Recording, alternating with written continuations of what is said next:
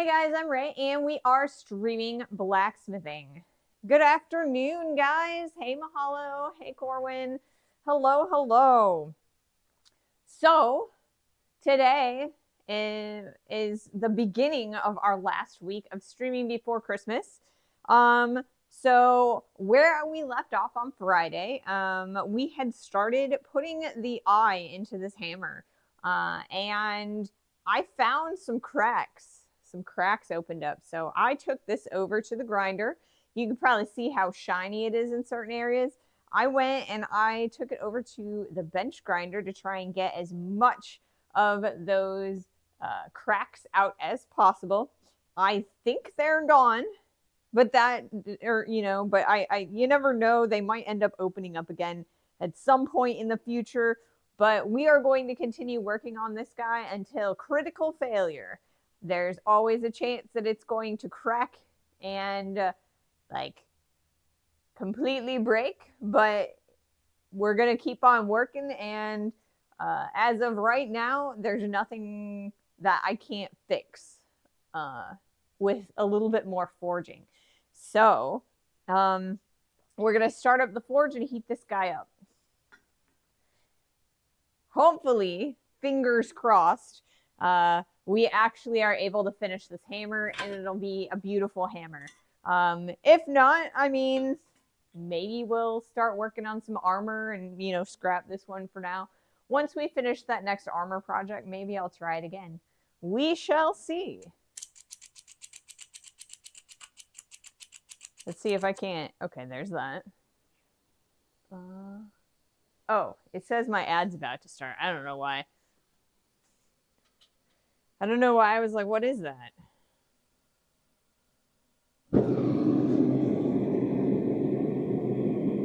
Okay.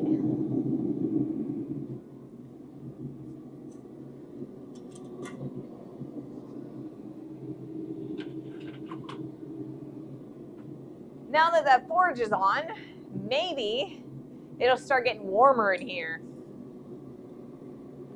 Let's heat this guy up.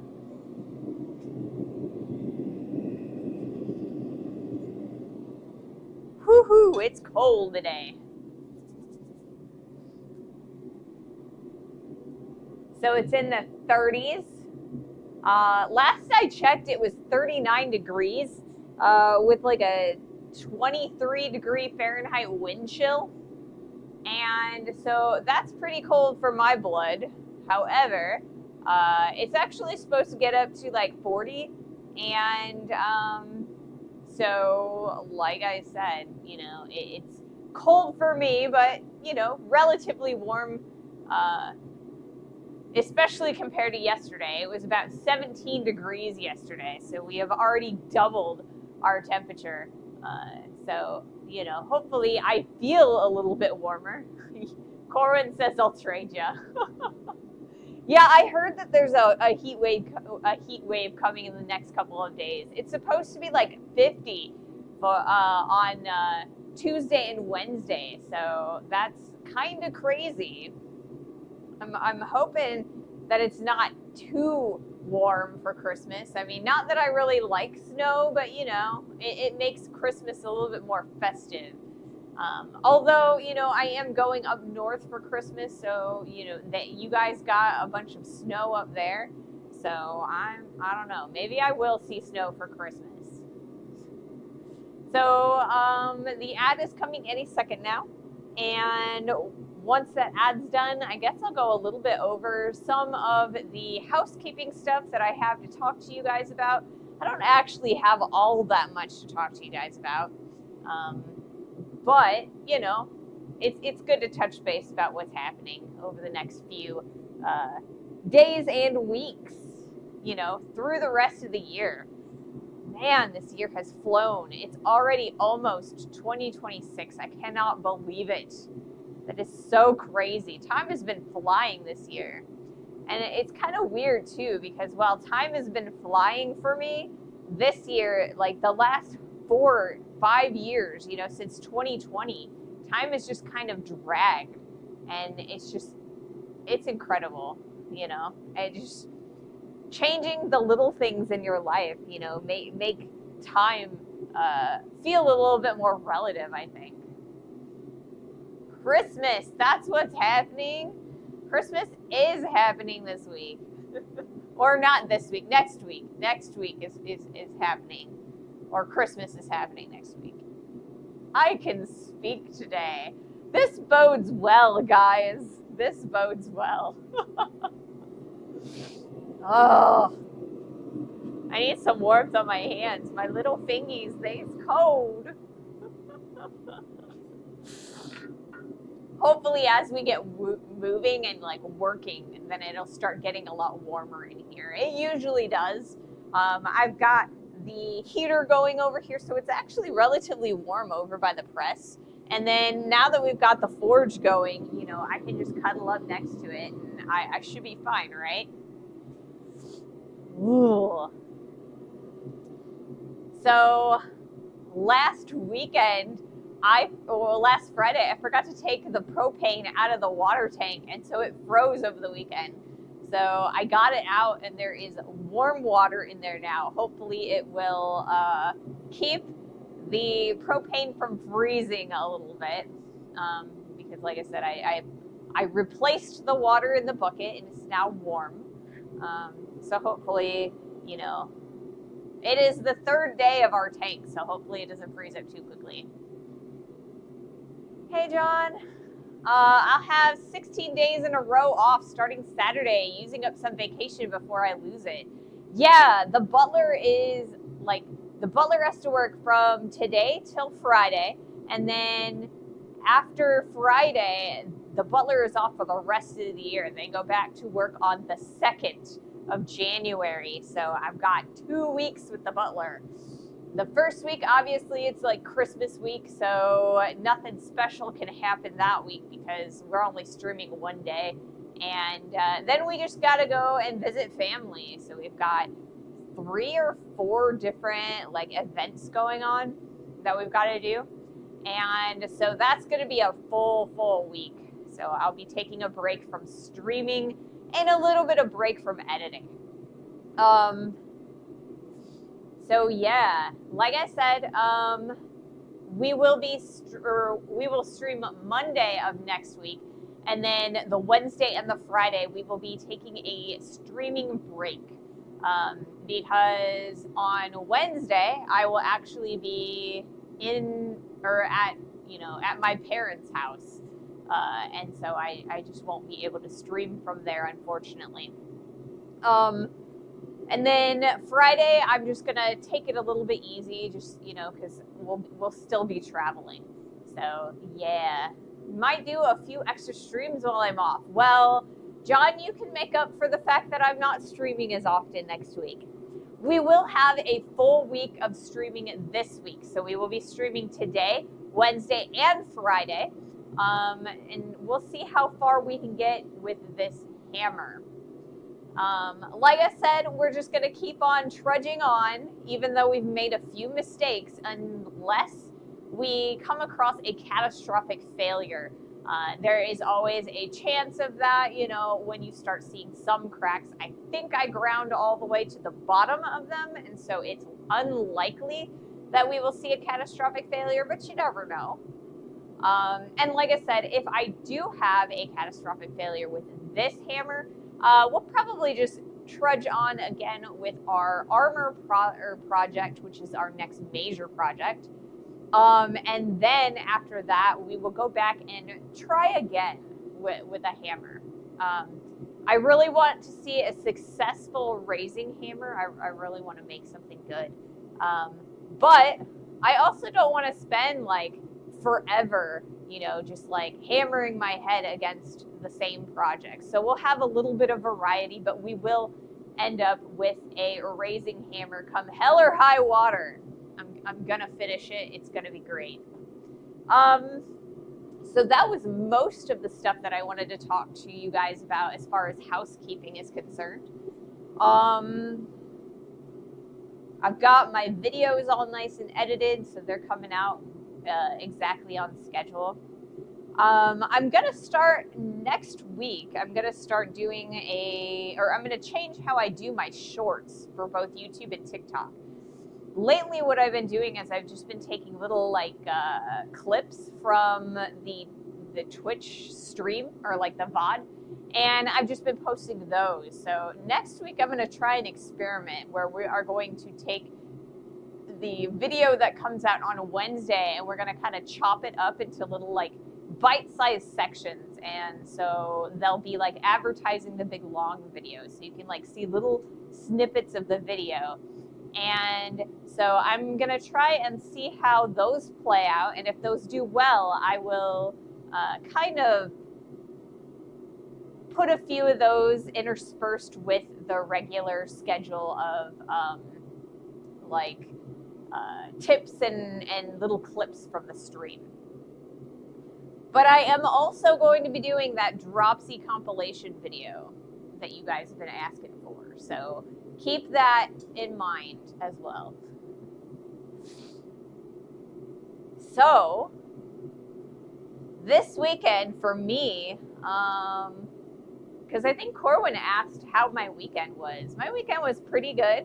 I spent Saturday, what did I do on Saturday? I spent the morning like cleaning up one of our jingle bells, because I ended up giving that to the butler's stepmom for Christmas. So that's what we did for lunch on Saturday. We went and did our little Christmas gathering. We went to a Mexican restaurant. It was really good. I love this. There's this particular Mexican restaurant that's in our neighborhood, and it's really great. And so we went and had a good time there.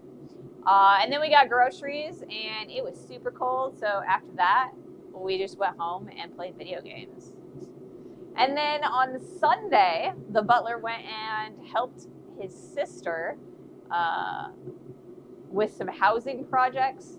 And I cut out a whole bunch more Jingle Bell blanks, because that's what I get to do for the next few days. Like, while I'm not streaming, we're making Jingle Bells. So it should be, they're getting a little bit better, and I'm learning as I'm going. So hopefully we get some really good ones coming out of the Forge over the next few days. So I'm super excited about that. Good weekend for video games. I think it was below zero here since Friday afternoon until last night. I know, it's been so cold. Like, the last couple of weeks have just been like up and down, and up and down, and it's never good for my lungs. But you know, and then yesterday with it being like 17, and then today it being back up to like the 30s, it's not cool. So I just like, I hate it being cold, but I wish it would just settle down. Pick one and stay there for a little while at least. It can get warmer later on, but give me like a week of a specific like temperature, you know, that way I'm not struggling over and over trying to adjust and equalize my body to the temperature. All right, so we've got a dull orange color on the steel, so we've got a little bit more time before we can come out and start working. But yeah, in the meantime, you guys should tell me what you guys did over the weekend. I told you a little bit about what we did.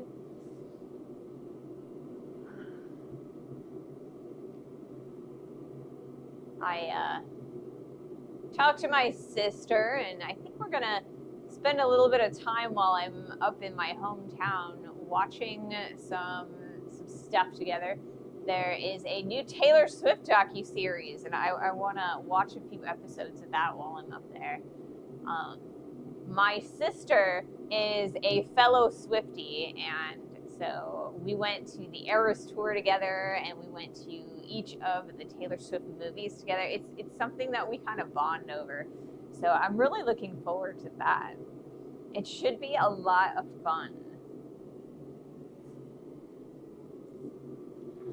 I washed my water bottle today, and I used the dishwasher because, you know, who wants to hand wash dishes these days?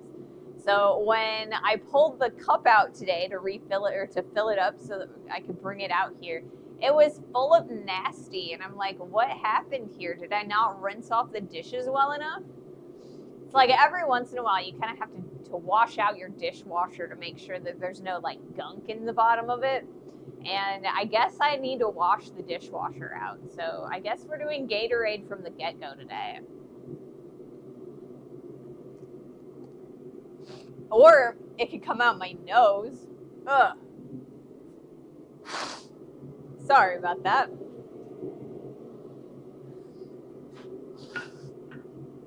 I wasn't even laughing. I don't know what this is all about, dude. Sounds like a Monday. It definitely is a Monday.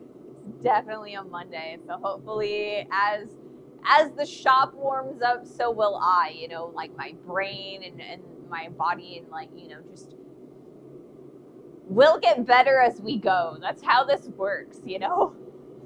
More practice and, you know, we're still gonna screw up a couple times, you know? That's just how we do here. So let's see, what else can I talk about? There's plenty I could talk about. But yeah, mostly it's just like super duper cold and I don't like it, you know? So I bought ribbons for our jingle bells. So here is one of the cleaned up jingle bells.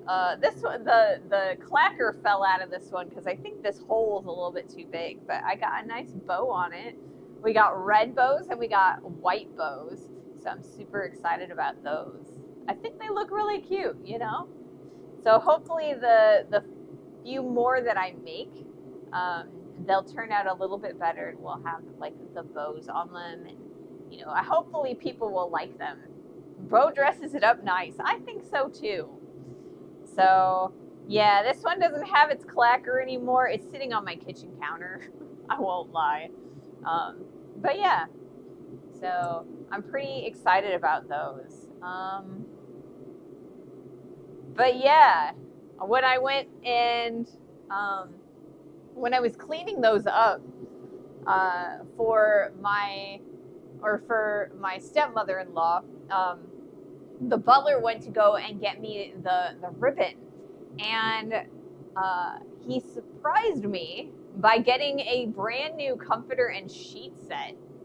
I have like the sheets that we have are getting kind of old. They're like that t-shirt, the t-shirt sheets that were really popular a little while ago. And as they get old, they pill up, and I don't know, that just like bothers my skin a little bit. So like on my arms and stuff. So the butler came home with a new sheet set, and it's not t-shirt fabric. It's like smooth, just regular fabric. So I was super excited. I slept so much better now that I don't have like the little pills bothering me.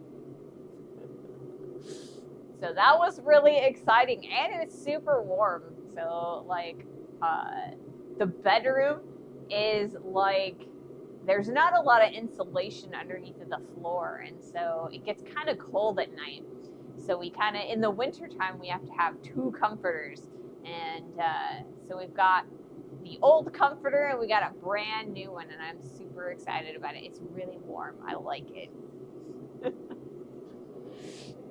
All right, we're starting to get onto a bright orange color. I'd like to get it a little bit hotter.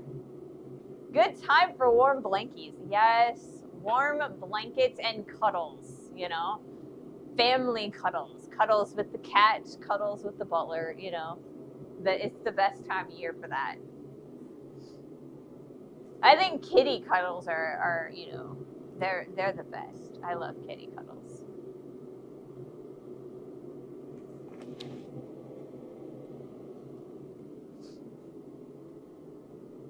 Ever try a heated blanket? I have not, actually. I've seen them. We had one when I was a kid, but like I didn't get to use it. We only had one, and yeah, it wasn't mine. So I think my sister used it. I think my brother used it. Maybe my parents used it, but I never got to use it. I don't know that it would. I don't necessarily think it was, you know, I was deprived of it or anything, but I never ended up using it. So I don't know. Maybe that's something that I should get a hold of, a heated blanket.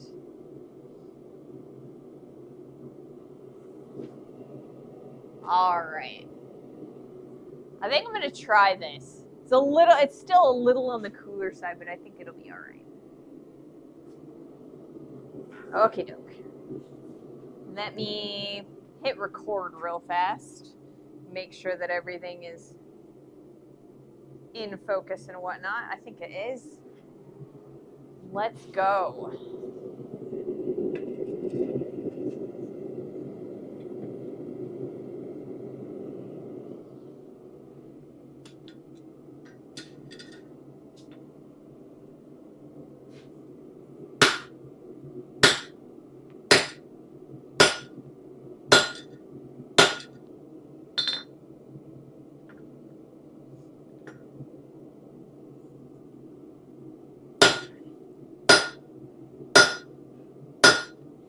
All right. Back in the heat. We're starting to bend a little bit because the ends of this guy are a little bit wider than that center area because we're starting to get that squish on. So I don't want it to bend too far, so we're probably gonna do a few really good hits and then turn it over. Hopefully it'll, the plug will pop really quickly, so we should be good to go.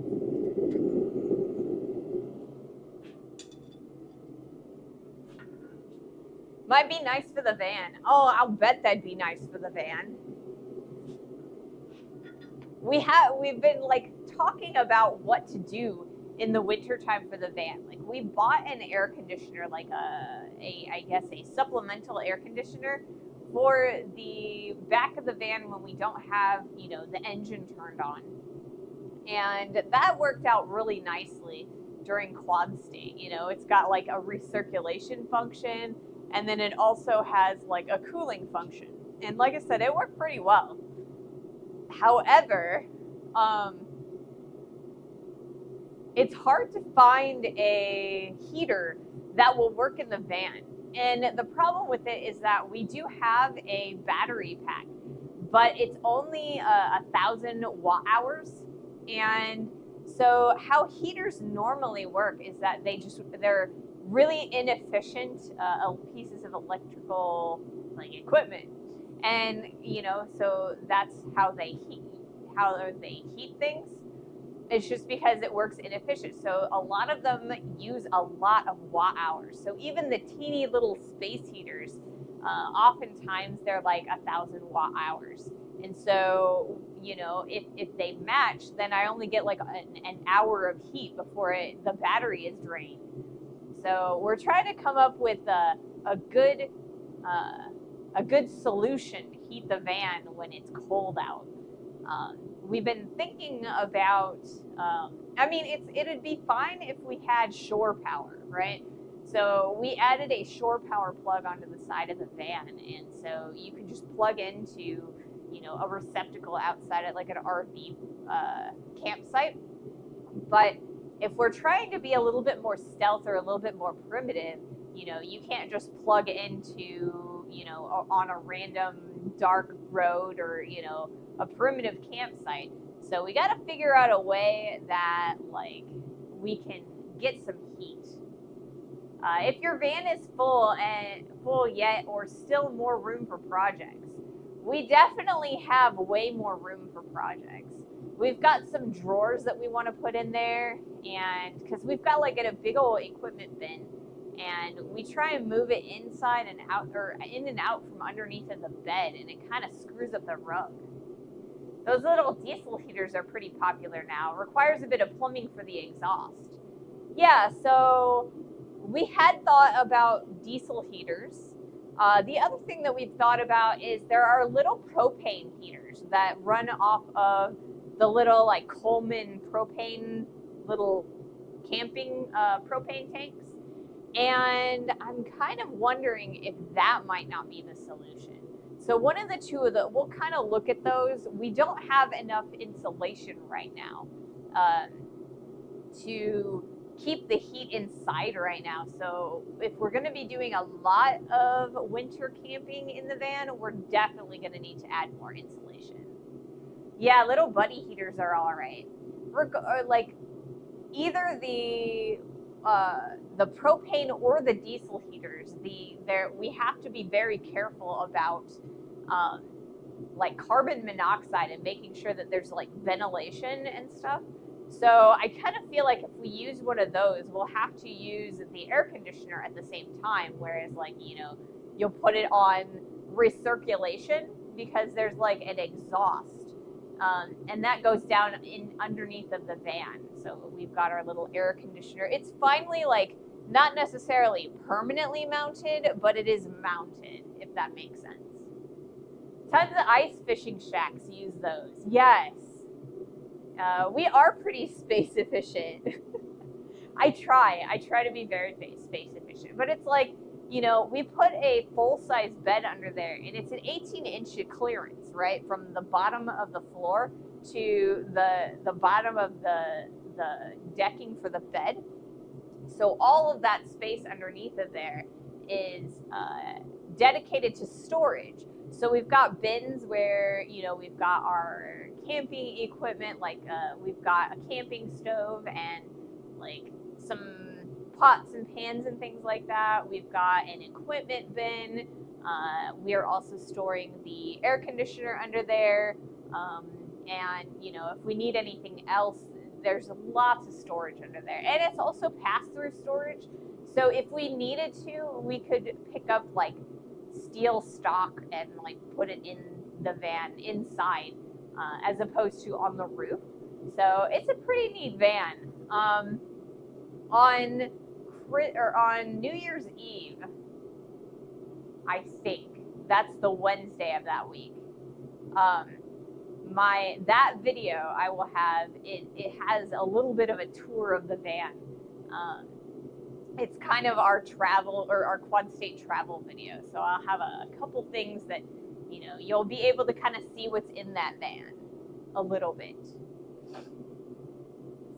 So I hope you guys like it. It should be fun. It's an interesting video to make, a little bit different than my normal fare. It's kind of a little bit more of a confessional, more like when I talk to you guys. So there's a lot more ums and ahs and stops and restarts of things. It's not quite as polished. And I mean, I know that my videos aren't amazingly polished, but you know, I try. All right, let's do another heat.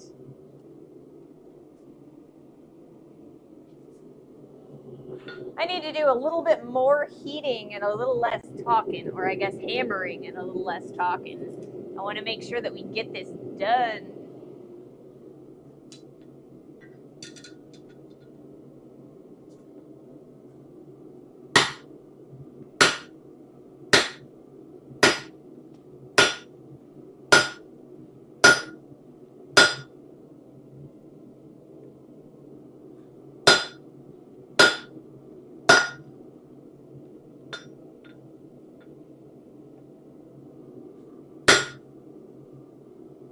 All right, gonna grab some more heat. Like I said, we're getting a little bit of bending because the outside, or like the faces are a little bit, okay. We are getting, I apparently did not get all the way through to the bottom of that crack. There's a crack right there. And it might also be that it's bending back and forth and just separating. So we're going to keep on keeping on. It might rip all the way. It might not. I don't know. We'll see.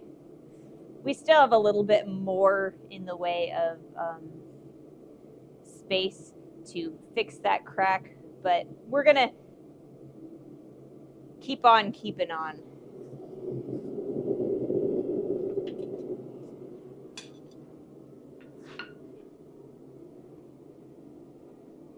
I heard van tour video. Is this on your YouTube?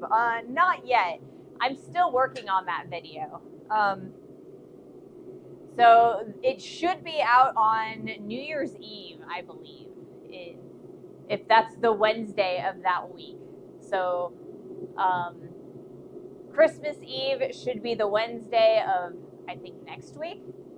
And that one's going to be the Jingle Bell video. And then the week after that is going to be the Quad State travel video, where I have kind of, it's our confessional, like how our first trip in the van goes. Like just, you know, it's a little bit of behind the scenes of doing a trip like that. So there will be a van tour included in that video, and just kind of a few things, like a little bit of how we built it, and some stuff like that.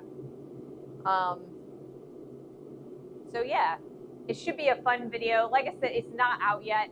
It should be out on New Year's Eve, I think. Let me check that just to make sure that I'm correct when I say New Year's Eve. You know, calendars. We have one in our pocket. Yes, it will be New Year's Eve that video comes out. There is a picture on my Discord that has like the inside of the van a little bit. Right now we've kind of got an ottoman that kind of gets bungeed underneath of a desk. We have a full-size bed in there, and there's also like a cooler. March Willow Workshop, hello, welcome in. Oi, what alloy is the stock you're using? It looks very early in the process to see cracks. It's supposed to be 4140. So, like I said, it is a little bit early to be seeing cracks, but I did start with a large axle, like for a truck. So it's about yay big around. So I had like a little puck of steel. It was about, or just under 2 pounds of material.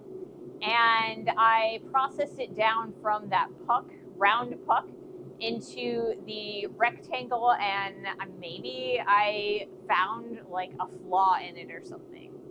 Hey Yankee, welcome to the stream. So like I said, it's also like the ends are fatter than that central area where I am punching in the hole. And so as we're hammering, the piece of steel is starting to bend back and forth and back and forth. And that is also something that is going to, or has the potential to form cracks. So the one side, it's a little bit skinny, and you know, that's probably what's going on there, you know. Like I said, we're gonna keep forging on, and if until we find a catastrophic failure point. Once we hit that catastrophic failure point, we'll probably set that project aside and start working on a different project. My next major project is going to be a piece of armor, which is going to be a pauldron, a piece of shoulder armor. And I'm making this hammer so we can use it on the piece of armor. However, John Brunel, who is our own Knott's hubby, sent me a raising hammer. So if this one breaks, we will use the hammer that John made, and we will forge onto that project. Then, once that's done, we'll go back and try this again. We got to learn from our mistakes and get some vindication. So we shall see if this works. You know, it might not, but I like to fly by the seat of my pants a little bit.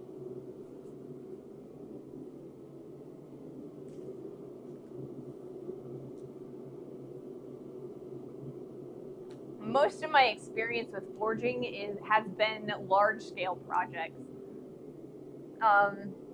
My metals journey, like my journey in working with steel and metal, started with large scale cold bent and fabrication. So a little bit of spot welding, a lot of cold bending. So when I discovered blacksmithing, I started kind of adding a little bit I started adding a little bit of blacksmithing into that. So more like twists and like curves and hot curves and things like that. So I'm not amazingly like great at blacksmithing, but I try. I do try. How long have you been forging for? I started blacksmithing. Oh, damn. Twitch Turbo ad. Ooh.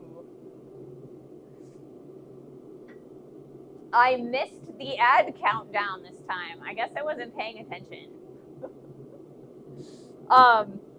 So I started blacksmithing in 2010. But like I said, I've not really like, I did a lot of like twists and hot bends and things like that. There's a lot less forging, like actual forging in my repertoire. So I've been trying to learn a little bit more of that. And yeah, I try. I'm getting a lot better. I did take a break in 2020 because I did get sick, so now I have a chronic illness, and I'm forging through it. I'm learning to adapt. I'm getting better at it, and yeah, I will say that at this point I'm probably better than I ever was before I got sick. So it's a thing. I do what I can. I also fail a lot, but I learn a lot from my failure, so.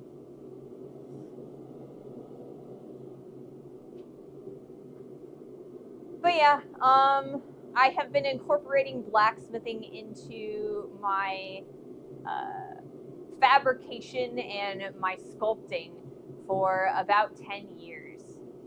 Always hobby level forging. This setup looks nice. I actually am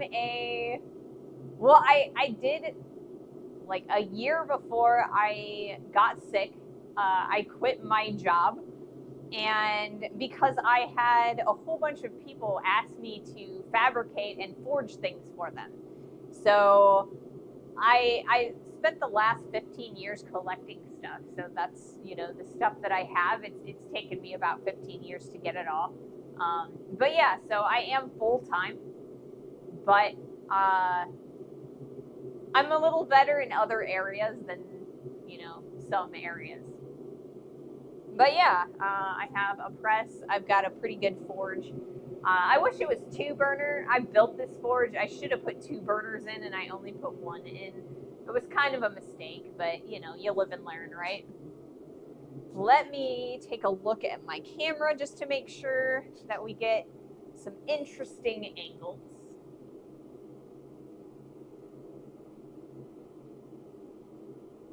That way, when I'm editing it later, I don't get bored. All right, let's do another heat.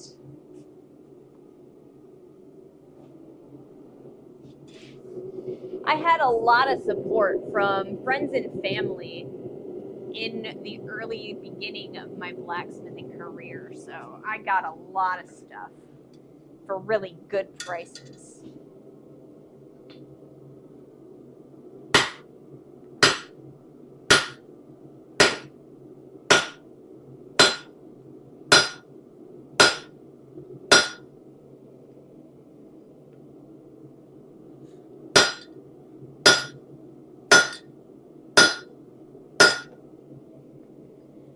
All right. Starting to get some good movement in there. But we are starting to get a lot of curve, which is creating these like hairline fractures. So I got to be a little bit on the careful side. We are actually coming to the point where we're starting to push the plug back out. So it should be coming out soon-ish. So we'll see what we can do. I set up the press with my crappy little mild steel like little dies for doing fullering. They're really bad, but they are what I have right now. I did not get around to making the set of tool steel ones that I wanted to do this weekend. I was a little bit, it was a little cold this weekend, so unfortunately I did not get that done, and I wish I had. So I don't know, maybe I'll try to do some of it, or a little bit of the grinding for it tomorrow. We'll see.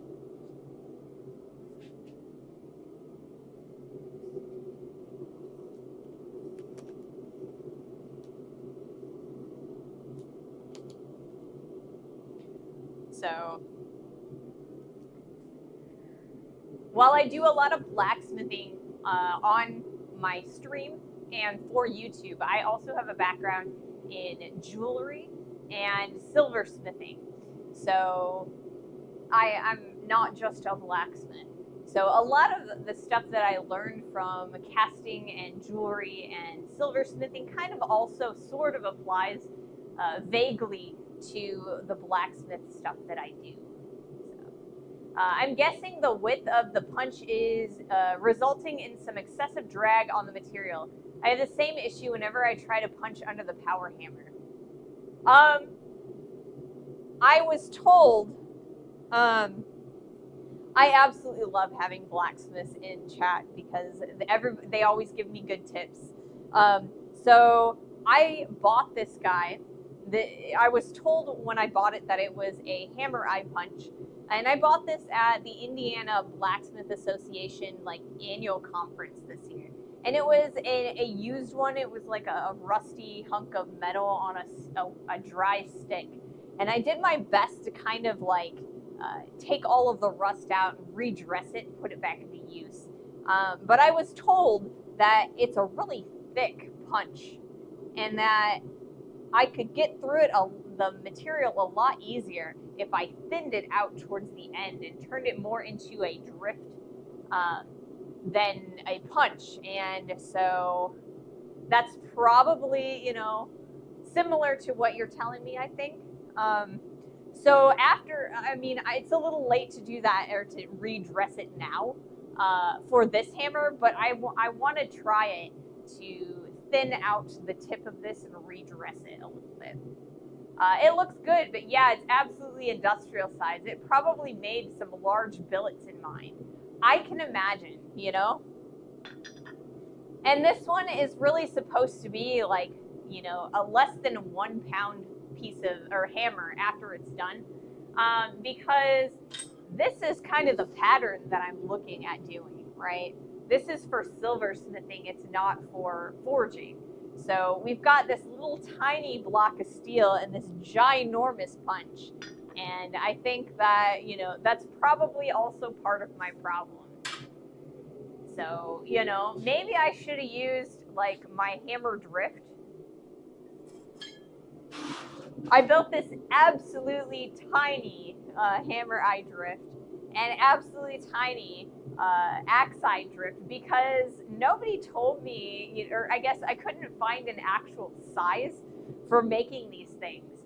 And so I just took it upon myself to estimate. And, these are my first few tools that I'm making, or of this type. So, I don't know, you live and you learn, you remake things. So, I don't know, we'll see. Sizing drifts has always been a nightmare to me as well. So I made this giant, what I thought was giant, axe eye drift. I think that's a pretty, decent size. It turns out it's about half the size it needs to be width-wise. This is about 1.5 inches.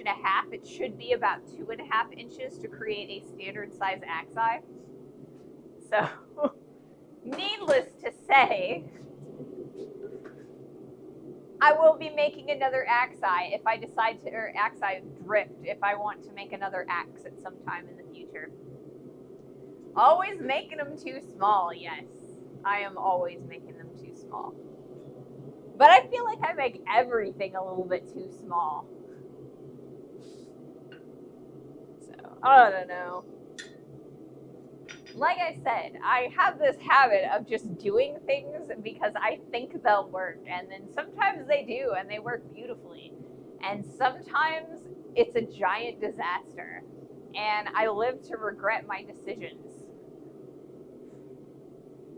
I'm hoping that this time, I can fix my problems. And I mean, like I said, I totally respect that, I will probably live to regret doing what I'm doing. And I've made some decently large mistakes this time. But you know what? It'll work. No one becomes a blacksmith through proper planning, yet I've yet to meet one who did, right?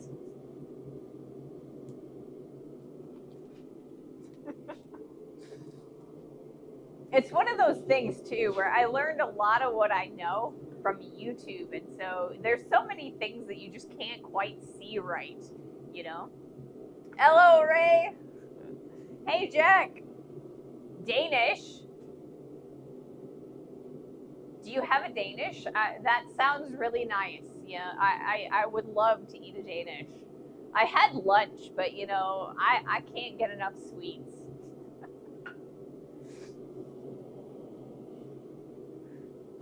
Technically, you had a Danish. Did I? Maybe. You'll have to define that for me. I don't think I'm quite catching what you're putting down. Ooh, cold hands. All right, I am going to do another heat. As I smack my hip on my post vise, that's always the best. At least I have lots and lots of padding today.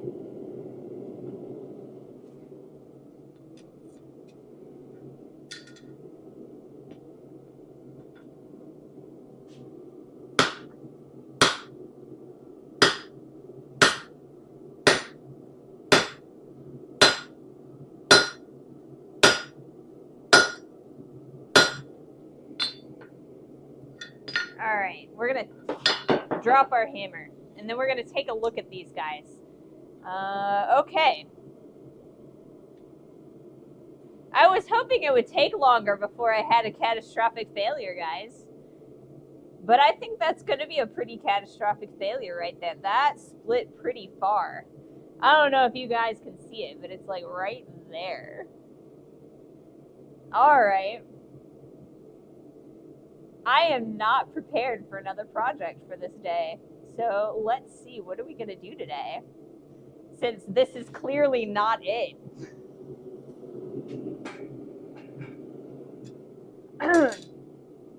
So the crack on that is deep enough that it's going to rip all the way through. And there's nothing that I can do to fix that except for weld it back together, and it's just going to rip apart and rip apart. So I guess I'm going to have to start over. We did actually come to a catastrophic failure, unfortunately. So let's see. What do I want to do today? What can I do today?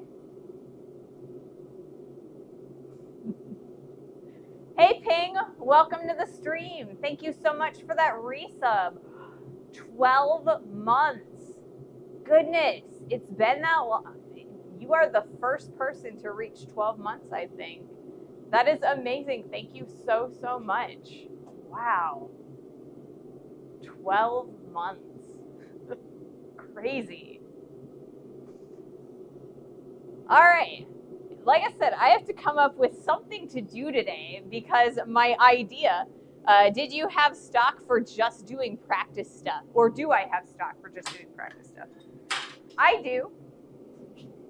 I don't have anything cut, but I have some stuff that we can do. Let's see here. What sizes are these? These look relatively similar.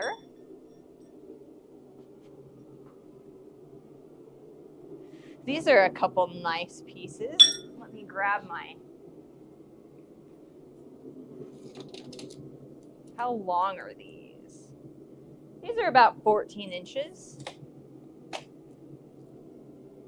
So I have been wanting another pair of tongs. Do you guys think that you'd be all right with us making some tongs today since I have to start over on the hammer? Hey, Bubba. I'm doing all right. I just catastrophically failed on our project for the day. So we're gonna start something new, and it looks like it's gonna be tongs. So I'm gonna take these two pieces of 5/8 inch stock. They're 14 inches long, and we're gonna make some tongs out of them. They're going to be like super long reins, but I think we're going to do all right. I'll put those in there like so. Ugh. Pick this guy up. Can never have too many tongs. I don't know if we'll finish these tongs, but we'll get a good amount of work in on them. So let's see. What kind of tongs do I want to do? Do I want to do bolt tongs, or do I want to do like alligator tongs? I want another pair that's like these, right? These are my universal tongs. They're like the first ones I ever made. They have like a right angle in them, and so it's really nice so that I can like, you know, hold on to things at a 90-degree angle. So I don't know, I might make a set like these. Slot jaw tongs, I should do that. As long as you promise to use a smaller punch for the eye, I definitely will. I do promise to use a much smaller punch for the eye. Although, I don't know, I might just drill the hole for these tongs because, you know, slotted jaw tongs. Let me look those up just so that I know exactly what you're talking about, Corwin. I'm just to make sure.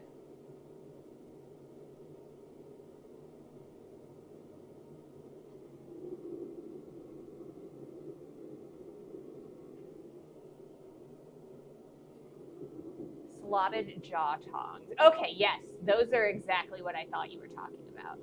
We can do a set of those. We can do a set of those. Or we could completely lose my monitor for half a second. That's all right too. Okay. Basically flat jaw tongs with a slot down the middle. That sounds like a good project. I think that's what we'll do. Because we can also put in that 90-degree V-bit in there as well. So that's probably what I'm going to do. All right, so I set these up to be fullering. So I think I'm going to reapply my other oh, come on. My other dies, we're going to use the press just because it'll be a little bit faster that way.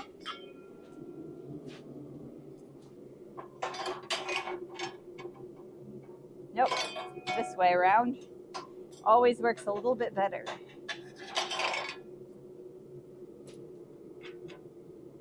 So I apologize, you guys came to see a hammer eye punch, and instead we're seeing some tongs, but that's all right.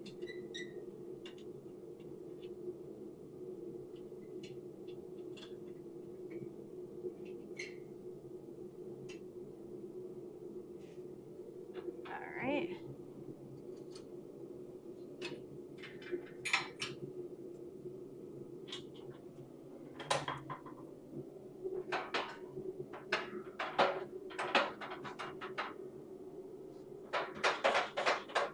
Okay.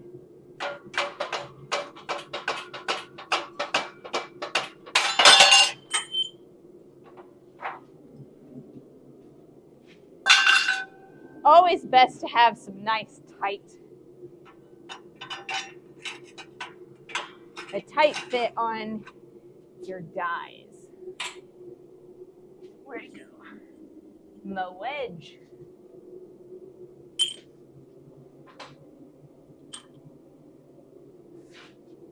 Ooh, the heater is really warm.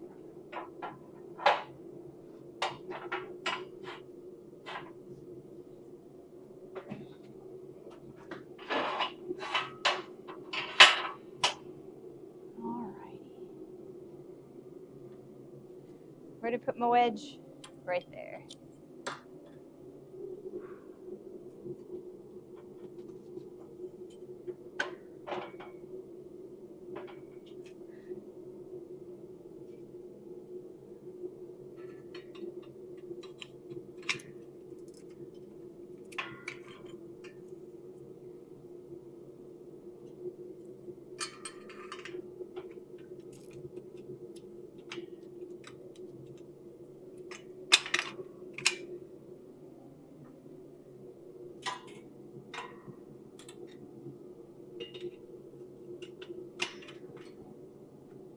Okay. I've almost got the top jaw on.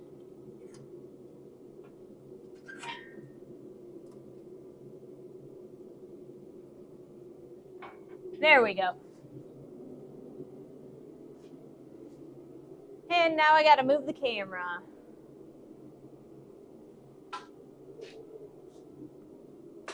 Apologies. Like I said, I really was not set up to do this type of project, so I've got to do a little bit of hurried setup. But I think that's okay for most of you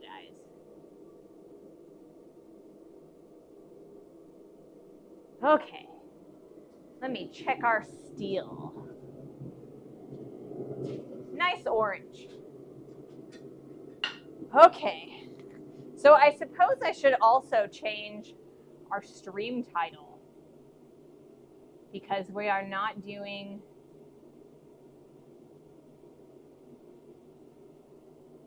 a raising hammer anymore. We are going to be doing flat jaw tongues.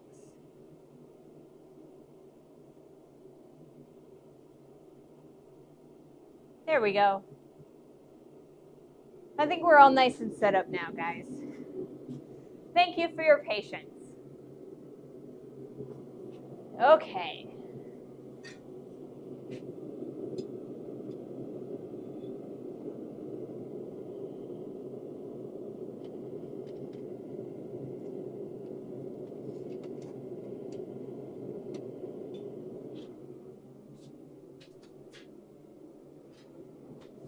I knew that was going to happen. Or I guess not that it was going to happen. I just knew that I had done that.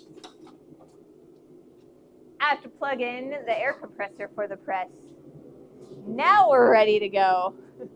Well, technically you're always raising a hammer when you're blacksmithing. That's true. You know, hammer. All right, let's try this.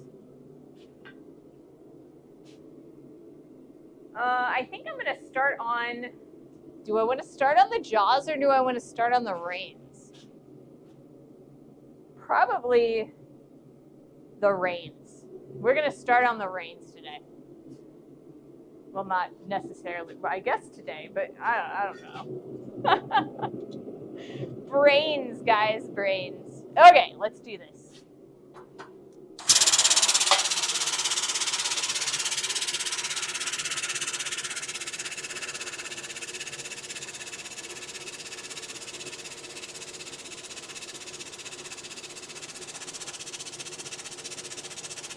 Press has got to warm up a little bit.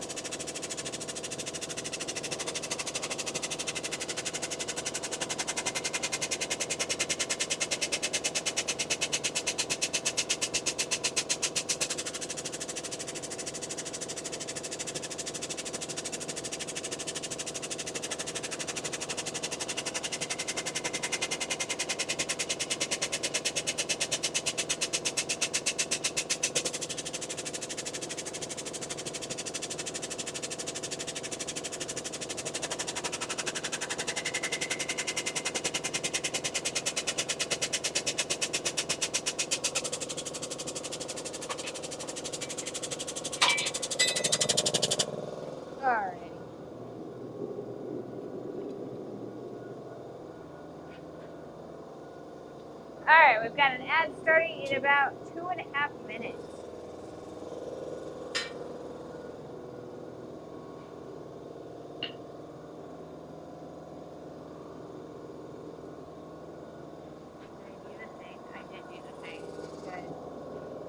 I always hate it when I forget to turn on the record function in the beginning.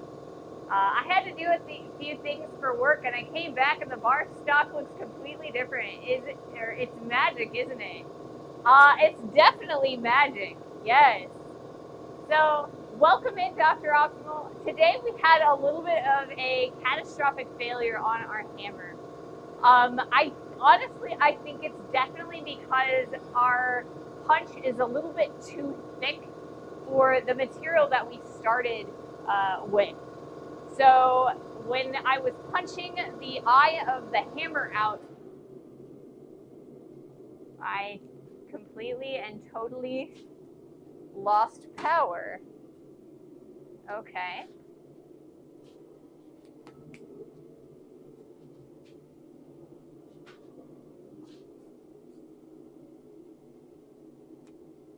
It's not that. I lost power, like, completely.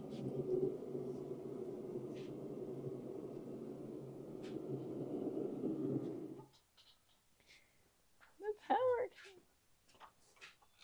Okay. The power went out. Check the circuit.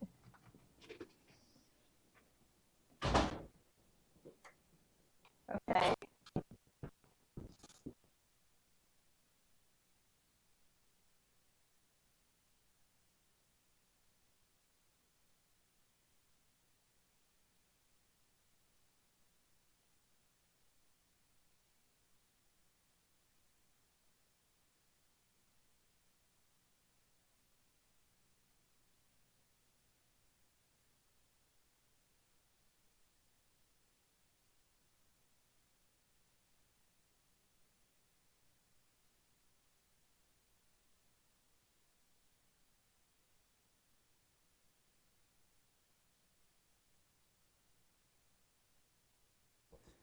The power.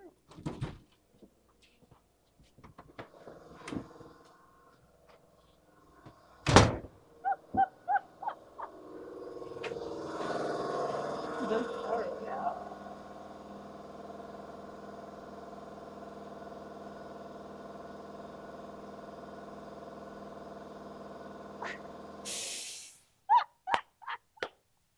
Oh, that was awesome.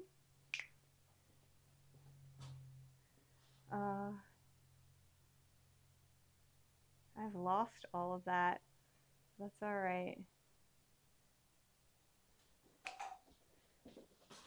Apologies, guys. So the power went out. I think I had because I have the heater on and the air compressor on, I think it flipped the switch in the on the breaker. So I pushed the breaker back, and I apologize. I guess I don't get to have the heater on and the air compressor on. Did the compressor line squeeze too hard? Yes, it definitely did. Apologies. Guess who's back? Yes, I am back again. All right.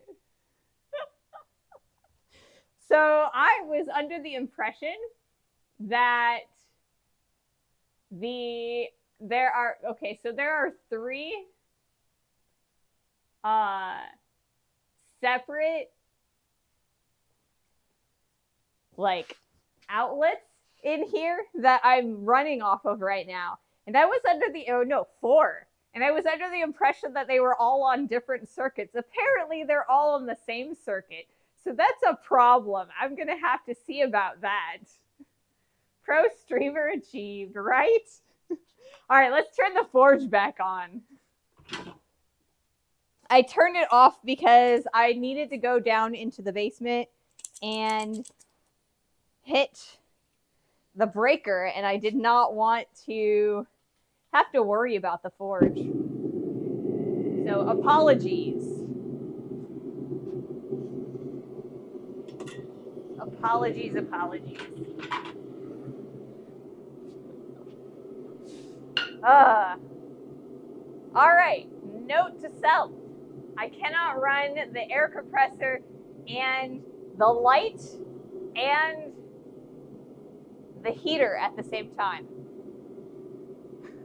That was poor planning on some electrician or handyman person. Yeah, I had no idea that 1, 2, 3 of my outlets are on the same circuit. That's so unreal.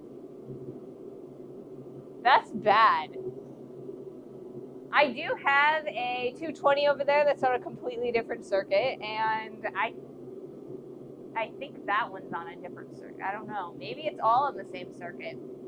There are 3 circuits that are labeled garage, right? And only one tripped, so that's interesting. So thank you so much for your patience on my scuff today. It's a little bit unusually large amounts of scuff today. Electric heaters pull a lot of juice when they're on. Yes, definitely. But last year I had the heater on, and I think I had, I don't know, maybe I didn't have the air compressor on too. I probably didn't. Is your propane enjoying its new bath? It is now. It was not this weekend because I forgot to pull it out of its bath on Friday. So it was frozen, or like there was a layer of ice on the top of it when I got out here this morning. So I had to pull it out, break off the ice, and then dump the water. I put warm water in it this time. Okay. I think what I'm going to do to make sure that doesn't happen again is I think we might actually do these tongs by hand.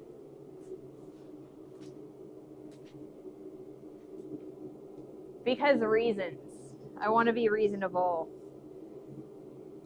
That's going to be a fun story to tell the butler.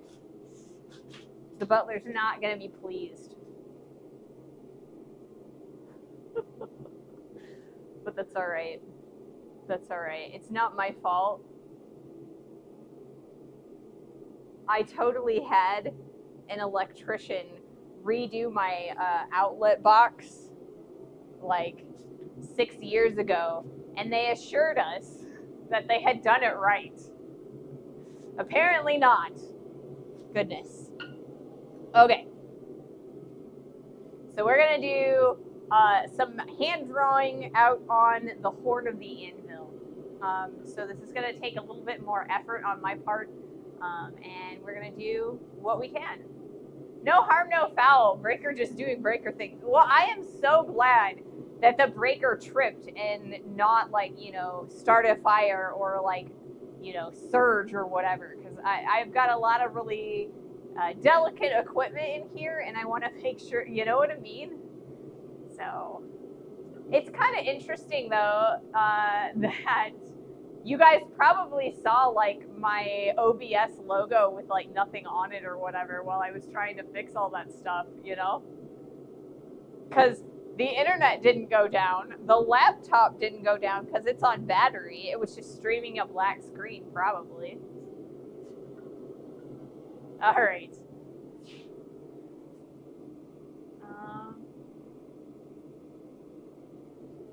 Let's try this first heat on the anvil face.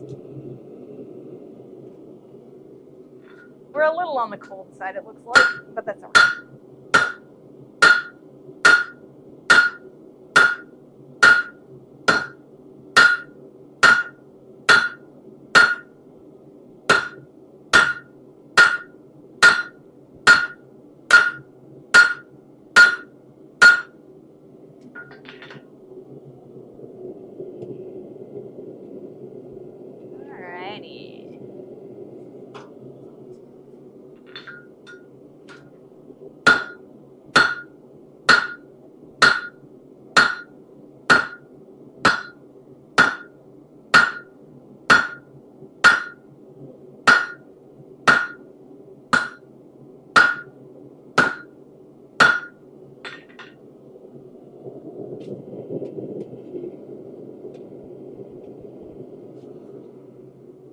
choking up on the hammer.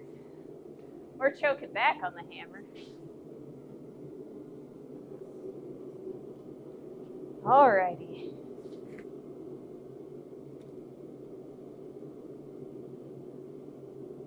So what did you guys see while the power was out? Did you guys just see a black screen? Am I right in my assumption, or did it actually like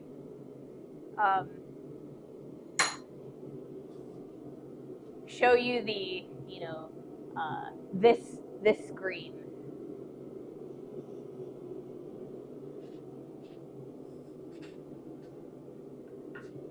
Black screen with OSEE logo. Okay, yeah.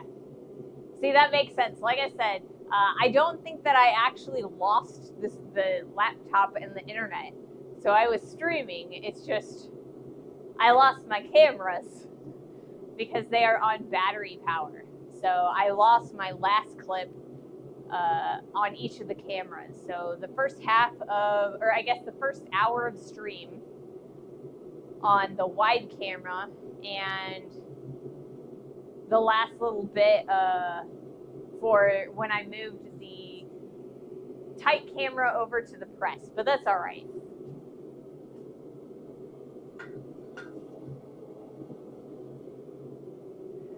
I think that's like the second time that's happened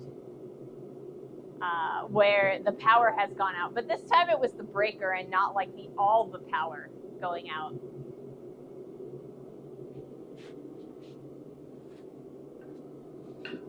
So that's all right. Okay, so let's do a little bit more drawing.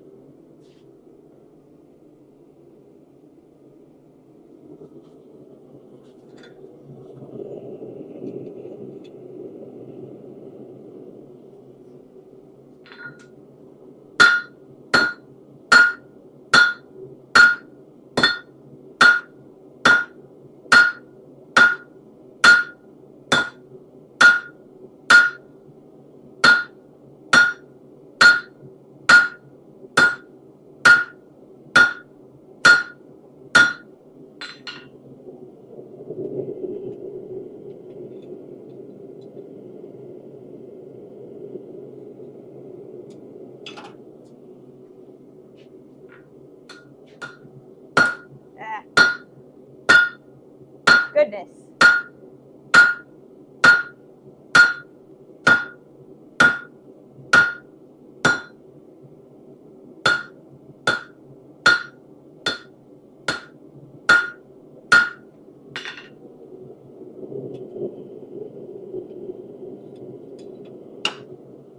All right. So, I think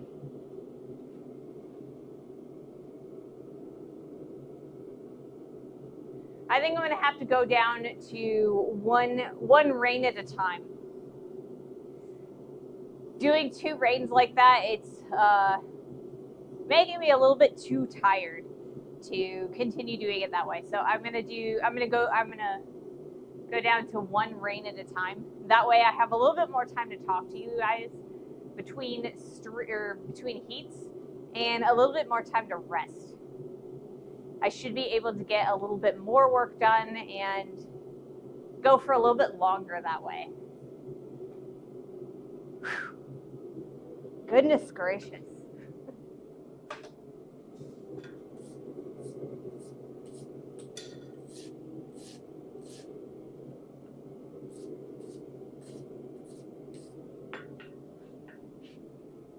All right.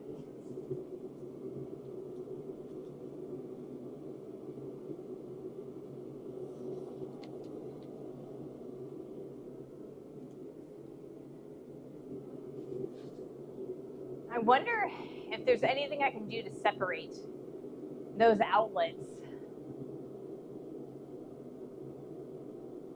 I think I'd have to call an electrician in order to do it. And that's quite a bit of money. So I don't know. I guess I'm just going to have to figure out a way to make it work anyway. So we know that all of my camera equipment and the laptop and the lights and the press can all function at the same time. I think it's just we're not going to be able to run the heater. I think that's the thing. Do you collect the steel bits with a magnet or just sweep them? Right now, I have the steel, like the scale and all of the dust from the last several projects because I keep forgetting to sweep. So I just sweep, and I use a dustpan, and I put them in the dustbin. But I have seen some amazing effects from a magnetic sweeper. Those work a lot better than just a regular sweeper. I need to get one. It's just not on my list, I guess. I'm really bad about cleaning. I'm really bad about cleaning. What I used to do when I was a goldsmith is when I got all of the gold dust from sawing and things like that. I actually have like a collection tray that is underneath of me while I'm sawing, and so all of that dust, I sweep that up and put it in little baggies, and I save that, and I send it in, and I get some credit for future purchases of gold. And you can do that with steel. So you have to be a little bit more careful about what you're allowing to be inside of your baggies and stuff. A lot of people will sweep up their scale and shavings and turn it into powdered Damascus, especially if they're using high carbon steels. So yeah.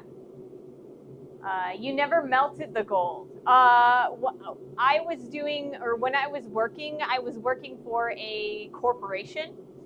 So it was corporate policy to send it all in or to a gold refinery, and then the refinery would do all of the remelting.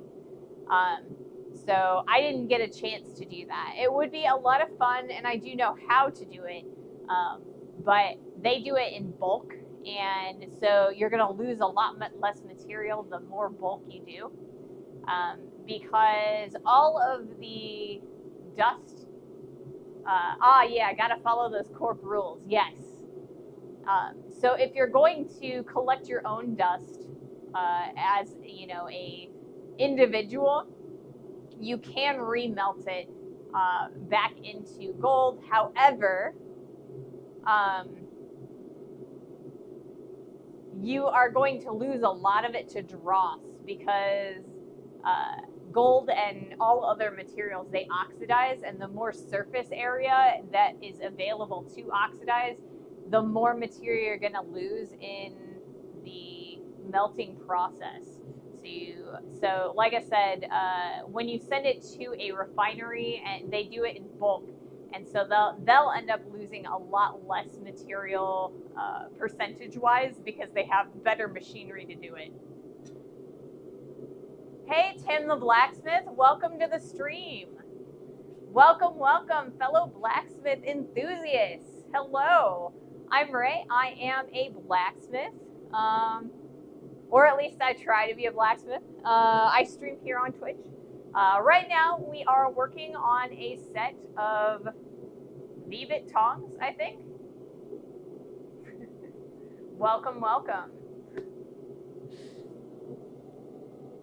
We had a bit of a catastrophic failure earlier. We were going to be making a hammer, and I ended up ripping the side of it while I was punching the hole. So I'm kind of doing an improv project at the moment. So welcome, welcome. Welcome to the stream. I thought gold didn't oxidize. Most metals do oxidize. It doesn't oxidize in the same fashion as steel. So like steel creates rust. Gold will discolor. It'll get darker. Same with silver. So you have to clean it over time. It doesn't oxidize quite like, I mean, it's not like rust or anything. It's just, it kind of discolors a little bit. Missed the earlier smacking, but welcome to the new smacking. Yes. Welcome, welcome. So I have a background in goldsmithing, silversmithing, fabrication, and casting. So if you have any other interest in that stuff, you are welcome to answer or to ask questions. I am always willing to answer questions. I love answering them. All right, let's do another heat. I'm also really good at talking myself out of work time.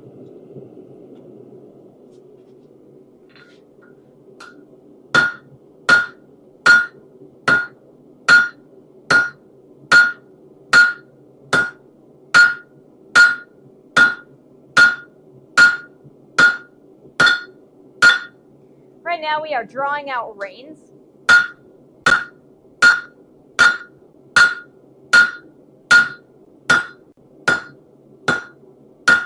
Which are the handles of tongs, like these guys right here. So we're kind of thinning this out and making it longer.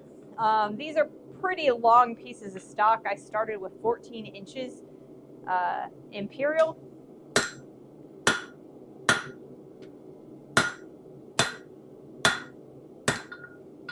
And so yeah, we're just getting started on this project.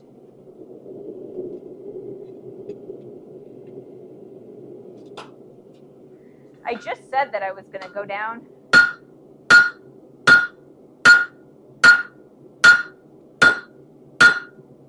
to one at a time, and I'm doing them again anyway.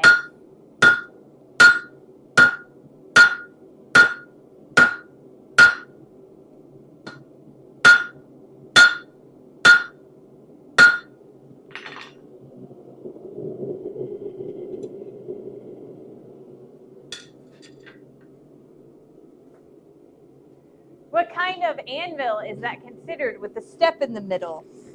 It's considered a broken anvil. So this is a 127-pound hay button anvil. I bought this guy when I was very first starting blacksmithing, and I didn't know a lot about anvils. So as I've learned more, I've come to realize that the plate is half broken off of this anvil. So it was a very clean break, but half the plate is missing. So it's just a regular English pattern. However, the top plate is missing a huge chunk. So we've got our tool steel plate here on this side, and then this is the base wrought iron that is under the forge welded plate. Ah, yes. It's actually a relatively common break for a hay button anvil. I have seen probably 6 or 7 other anvils that are broken in the exact same spot. My theory is that they were all made at around the same time, and the flaw occurred in a very similar fashion in this whole run of them. But that's just a theory that I have. Like I said, I've seen like 6 or 7 other anvils just like this one.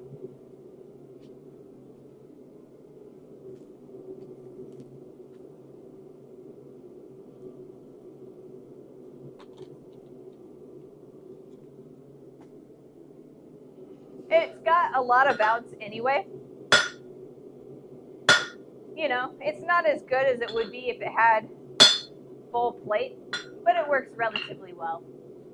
And it's better than, you know, some of my other anvil-shaped objects. Have a good stream. Closing up shop for the day. Time to get warm. Yes, definitely get warm. Thanks for dropping in, and have a wonderful rest of your day.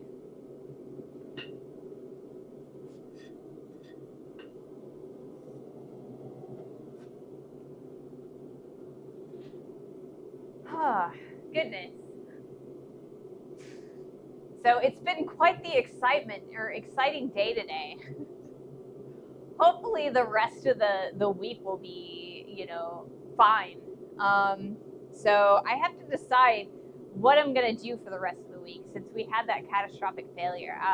We may, if you guys want me to, I can finish these tongs. I should be able to finish them before my Christmas break. We could do that before we do the armor pauldron, or I could just start the armor pauldron on Wednesday, if you guys would prefer that. It gives it character and respect with the other anvils, right? It walks in the room and says, "You should see the other guy." Exactly. Exactly.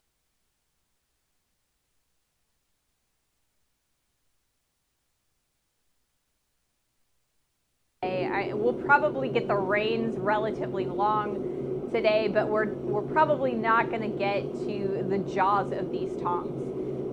But I could finish them before my Christmas break, which will start on a week from Wednesday. And that's probably going to be the best bet if I finish these tongs. That way I can use them for the armor, because these are going to be a pretty decent set of tongs to hold the armor with. The mic momentarily unplugged. Check your pocket. All right. It's working now, but it glitched. I'm sorry. With all of the scuff, I shouldn't be surprised, guys. I should not be surprised at all. Apologies. Goodness. One of these days, you know? One of these days. So yeah, I think that's probably going to be our best bet, is to finish these tongs and then start our new armor project. I also will have a poll set up for you guys for Wednesday, and you guys will be able to decide what style of pauldron that you guys want to see. I'll probably start that poll in the Discord, and you guys can kind of give me some ideas for styles of armor that you'd like to see, whether that's like anime or, you know, comic books or video games or books or whatever, what have you. You can kind of help me decide what style of armor to use. Once again, we're going to limit it to the arm cup, like the shoulder cup, and then no more than 3 articulations, so 4 pieces of armor to be total, and they can be, you know, riveted together, and they'll, you know, with like leather to affix. However, I will let you guys choose what style. So let's do another heat. But before I do that, I want to make sure that I change my angle on the camera, just so that I can have some interest for myself when I'm editing this. It's going to be fun, guys. It's going to be so fun because, you know,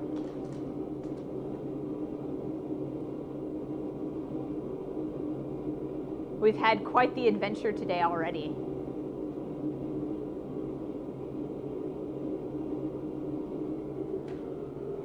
Okay.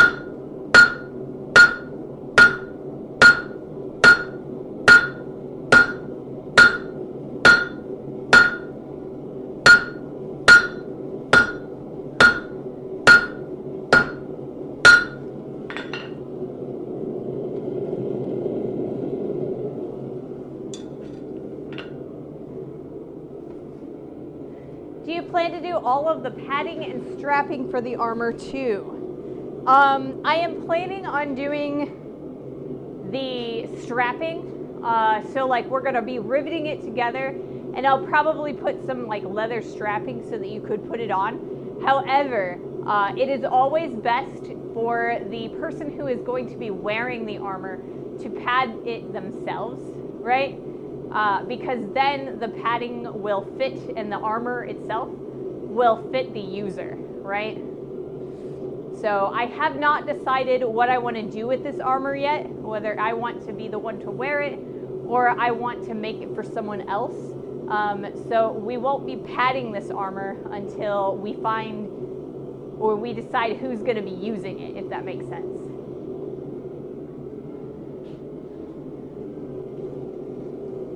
So, yeah, because armor isn't very useful if it doesn't fit the wearer, like the person who's going to wear it. So, yeah, we will put the riveting and the strapping in, but we'll save the padding for later.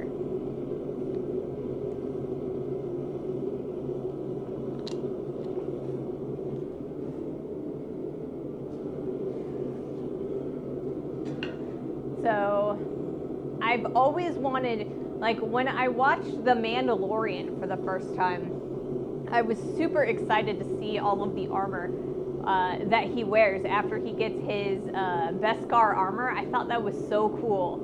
It has kind of been a dream of mine to do that armor. So that's going to be one of our options, like, you know, the Mandalorian Din Djarin's armor. Another armor that I've always wanted to do is, this is still Star Wars, I know. I'm a big Star Wars girl. The Captain Phasma armor has also been on my bucket list for armors that I thought would be really cool to make. So that could be on our list to do. I also think that it would be really cool to go the anime or video game route and do like Cloud Strife's armor. That could be fun to do. So yeah, I want to know what you guys want to see. Is there anything that you guys think would be cool to watch being made? And I mean, who knows? Sometime in the next couple of years after I make the whole set, maybe I will hire somebody to wear it. I saw a really cool mashup of Gothic Knights and Mandalorian Helmet at the Ren Festival. There are some really amazing Star Wars Gothic-esque like armors that I've seen in a lot of different places. Like there's a Japanese statuette maker that does a mashup of like samurai armor and Star Wars, and there's like stormtroopers and Darth Vader that are really, really cool. But I've also seen medieval style armors. Any possibility for Middle Ages inspired? Yes. If you guys want to see like armor, you know, like Middle Ages plate armor, I could be convinced to do that as well. Hey, Holy Zoinks, welcome to the stream. Hello. Or I guess medieval.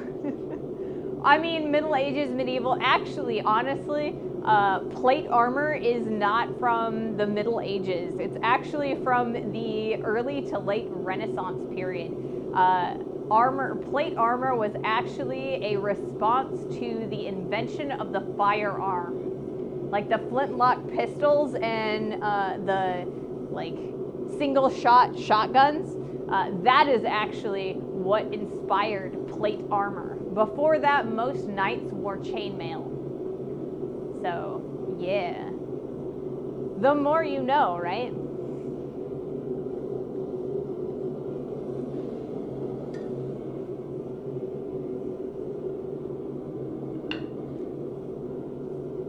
But yes, maybe a Gothic, or I guess Gothic is a style of armor, so I can't really say Gothic style armor because, you know, that's only one style of armor.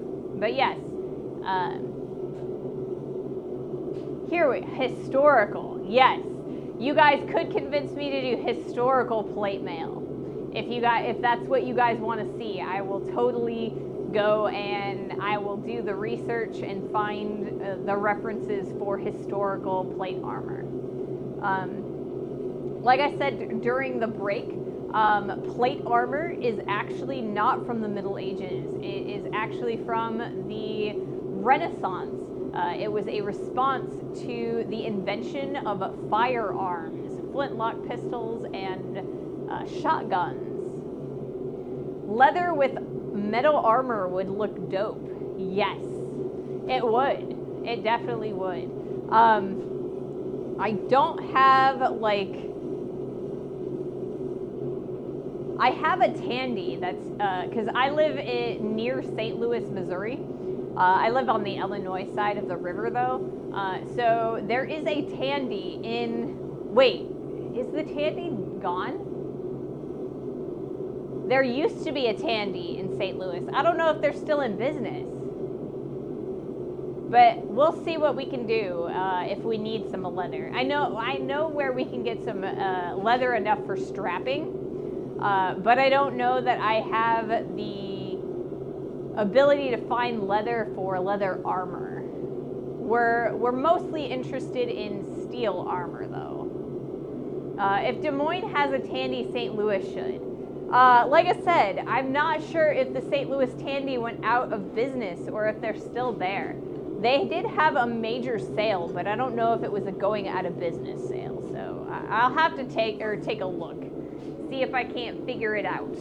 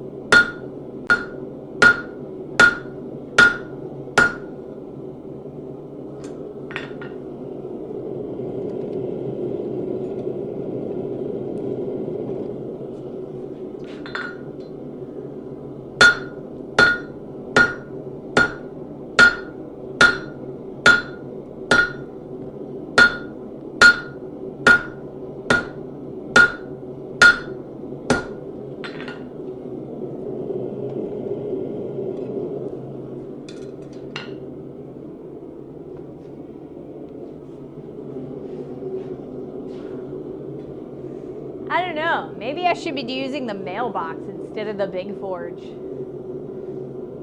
We get a lot more heat a lot faster. But I think this is all right for now.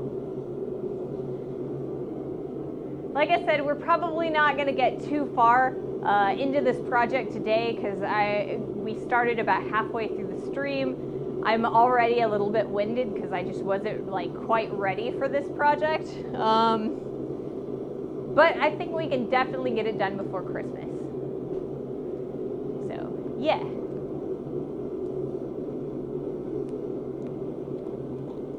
Apologies, I'm a little bit winded.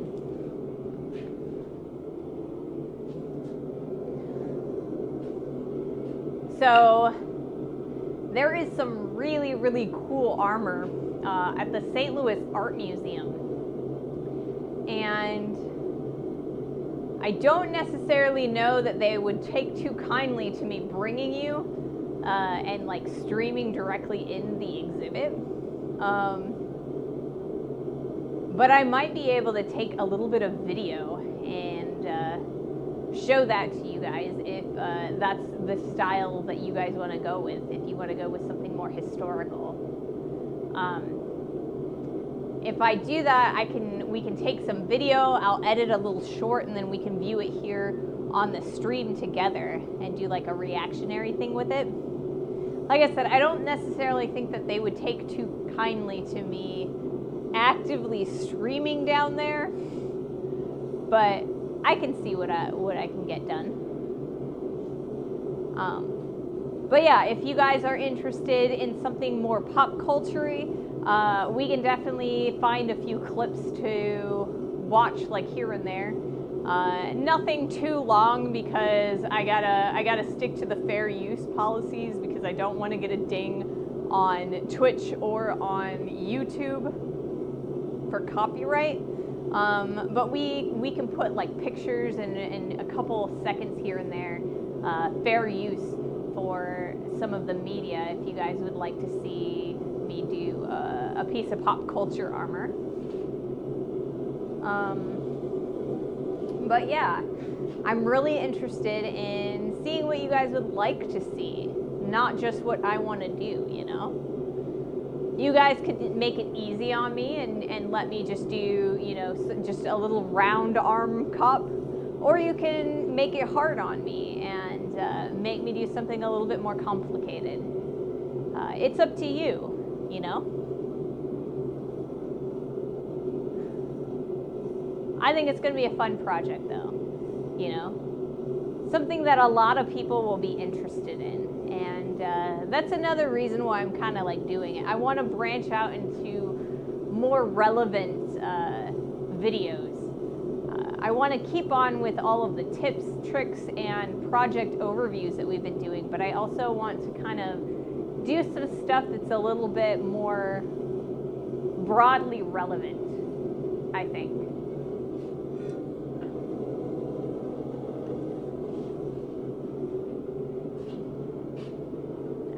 Do another heat. Something a little more timely, maybe.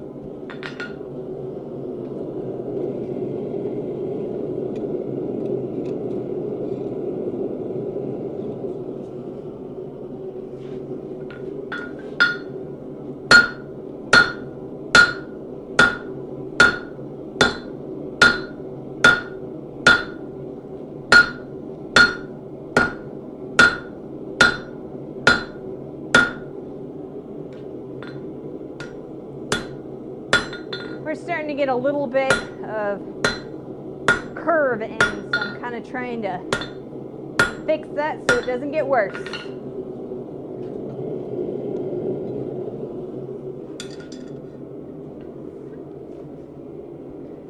What is that shoulder piece that jousting knights add to their armor? It's like an extra shoulder as part of the chest. So there's a whole piece of armor called a gorget, right? So it's kind of like a neck piece, but it also has like a shield sometimes. So it's a modified gorget. There are also a few pauldron designs where there is a raised section over the top, kind of like a centurion, Roman gladiator style. Are either of those kind of what you're talking about?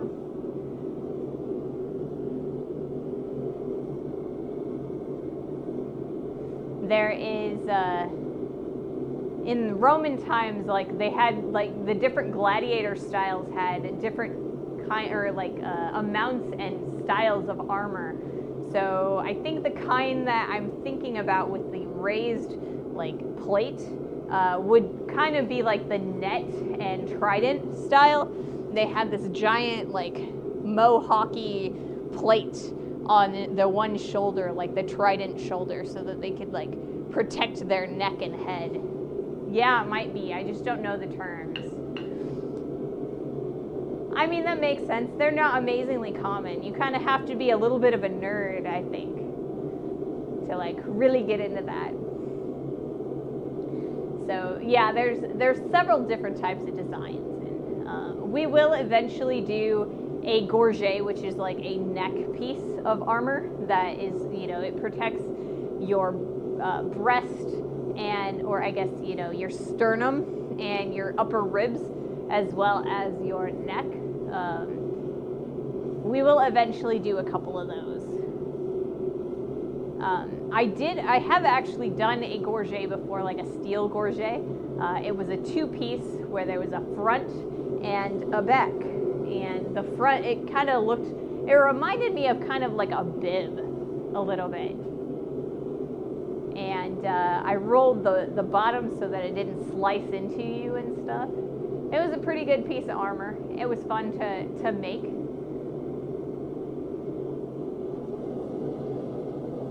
So we can do all kinds of different things.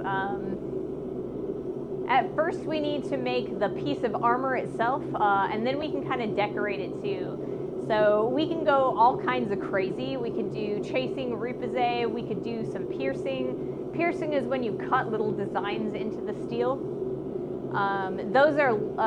Piercing is less practical for a armor piece. Chasing and repoussé is quite common in armor pieces.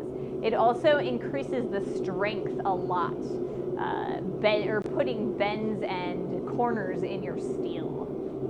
I know some of the names are very country and region specific, and there's multiple names for the same thing. Yes, I mean the language barrier, you know. I tend to, I think, use the English terms for things because most of the people in my Society for Creative Anachronism, like, I guess, troop, were kind of English and Germanic for the most part. So a lot of the names that I use for pieces of armor are terms that those cultures would have used.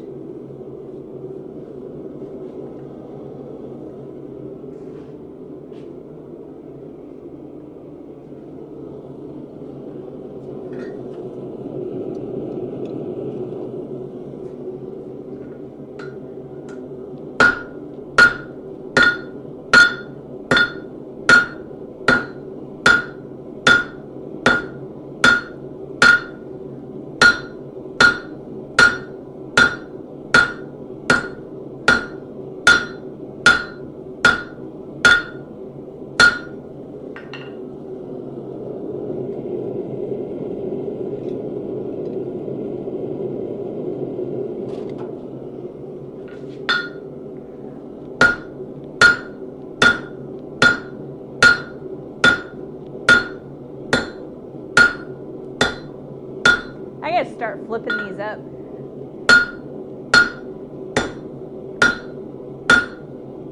I'm getting more work done on the first one and less work on the second one, so I need to flip them. Make sure I'm getting an even work on both.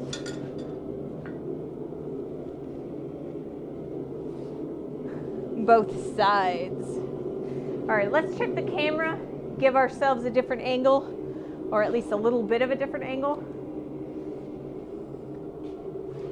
I'll move the camera over this way.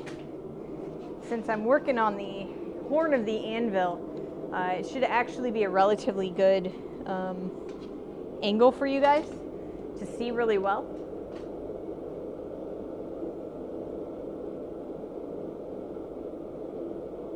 Make sure it's all nice and in focus, and you guys can see what I can do, or what I'm doing.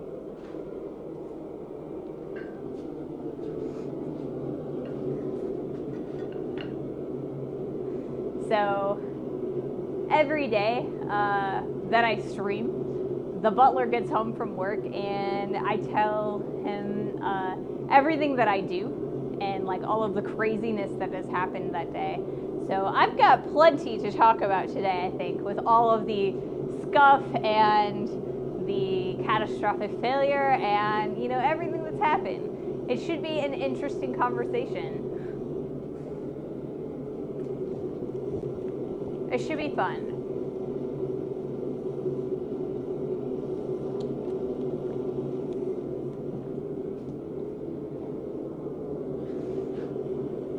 So I think, I may have said this before, but I think that the reason that we had that catastrophic failure is because our punch is like really, really fat. And so I think that if we start with something a little bit thinner, maybe I'll dress this and make it thinner. I think that it will go through a lot quicker and it won't rip the material as badly. So hopefully, when we try this again in a couple weeks, that we'll have more success. Great success.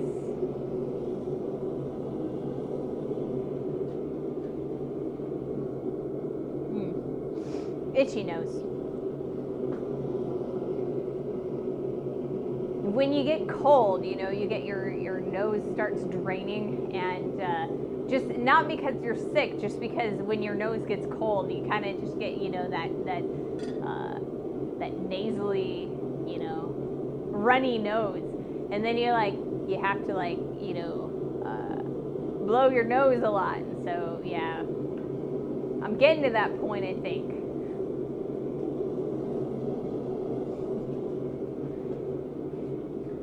I guess I gotta update my project board for Wednesday's stream, since we're not doing the raising hammer anymore. It'll be interesting.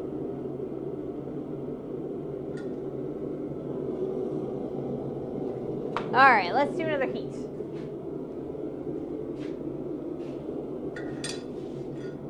New view. Hopefully it's a better view. Or maybe it's not a better view, but it's an interesting view nonetheless.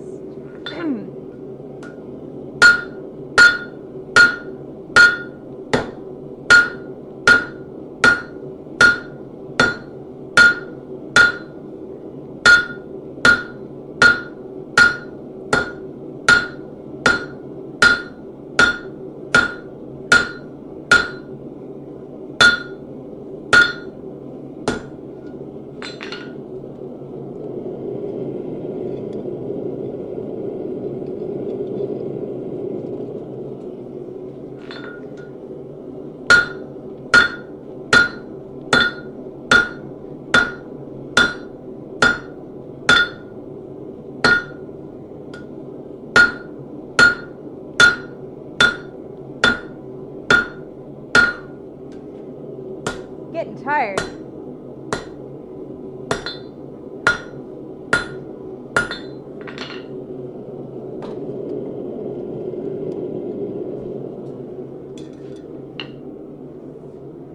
Morning sandwich. Or I guess evening. I guess it's evening now. Welcome to the stream. So today, the rips that we're developing on a Monday got worse. So I had to impromptu change projects. It is indeed, yes. So I decided to do a set of tongs, but I wasn't really prepared to do these tongs. So I think it's been all right. Oh, yeah. So, how warm is it? I think it's pretty cool now. Whoops, as I drop it. Yeah, it's cold now. All right, so what I'm gonna do is I'm going to show you guys a close-up of the rip. Was it in this stream or before? It was in this stream. So, you guys, okay, it might be warm probably today, yes. It did actually occur this morning, or like this afternoon. So you can kind of see that giant rip there.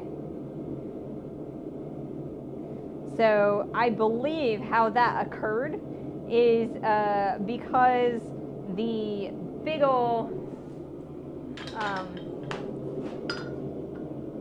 the fat end of this punch kind of pressed the middle section thinner as it was pushing the material outward, and so the piece started bending back and forth, and it started ripping, and I think it's because of the bends.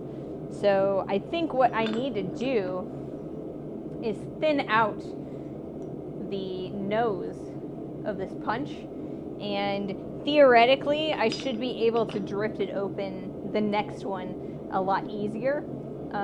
So yeah, that's kind of a nasty rip, and it's just gonna keep on ripping. So we're gonna have to start over again.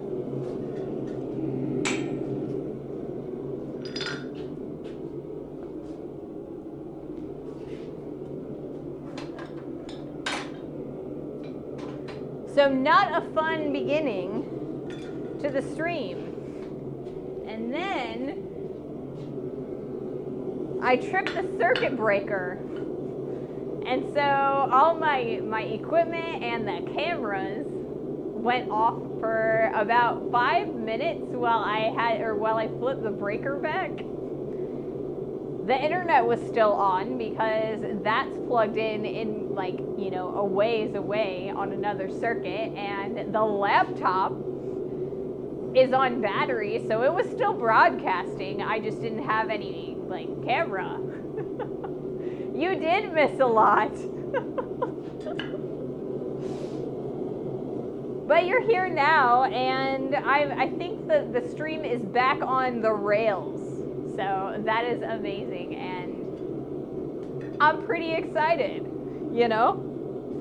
So I think what we're gonna do is complete these tongs, which is the new project that I started.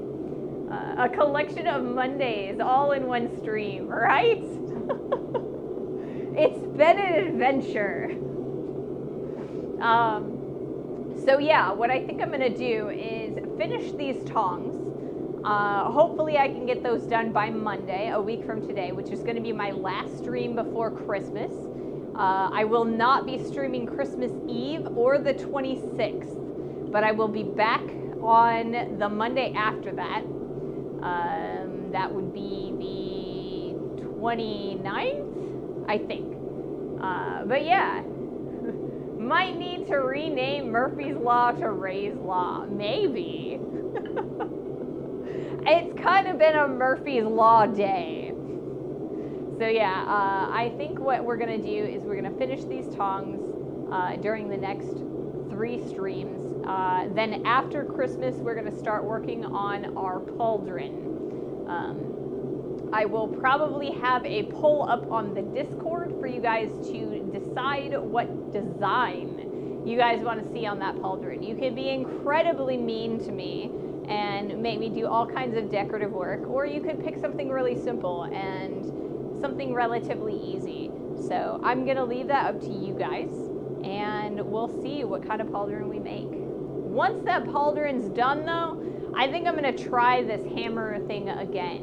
I think that should give me plenty of time to redress the punch, and hopefully we'll have a good end to this disaster, this piece of content that we have found today. All right, let's do another heat. But yeah, when I say everything that has happened today as like a giant list, a lot has happened today. Like a lot has happened today. It's kind of crazy.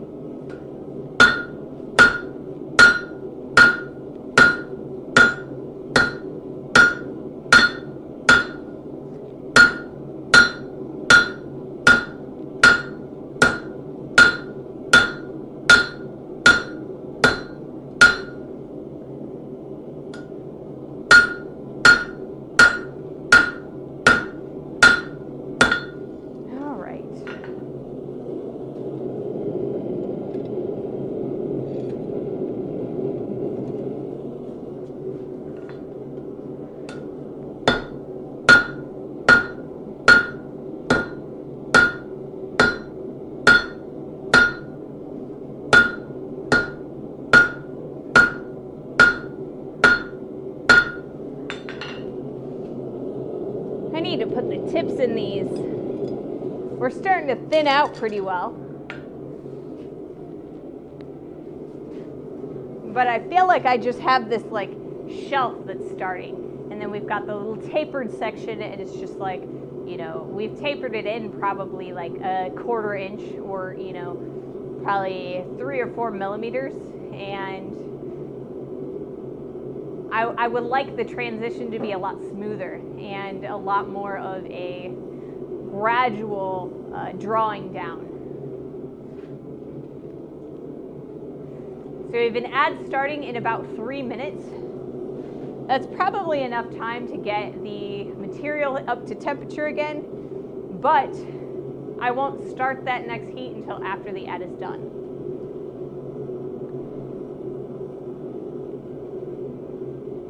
I need a little bit of time to breathe and grab another Gatorade, and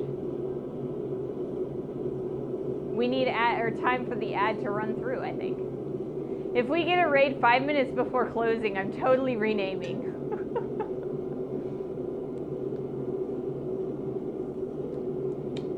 Wouldn't that be fun?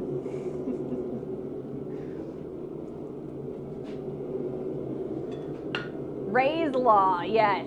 Everything that could go wrong did go wrong. Simply Blacksmithing, thank you so much for that follow. Welcome to the stream, welcome to the community. Thank you so much. So yeah, we're having a little bit of a Murphy's Law day today. I mean, I feel like if I had strikes, we'd probably be at 2, just because, you know, I did have that catastrophic failure. That would be a first strike.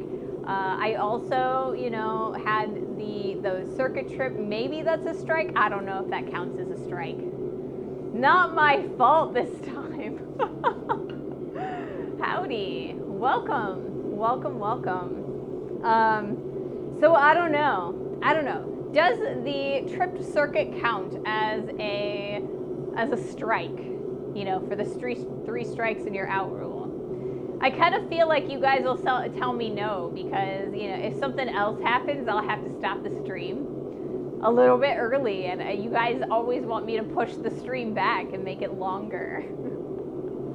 So I think we'll make it to, you know, 2.5 hours at least.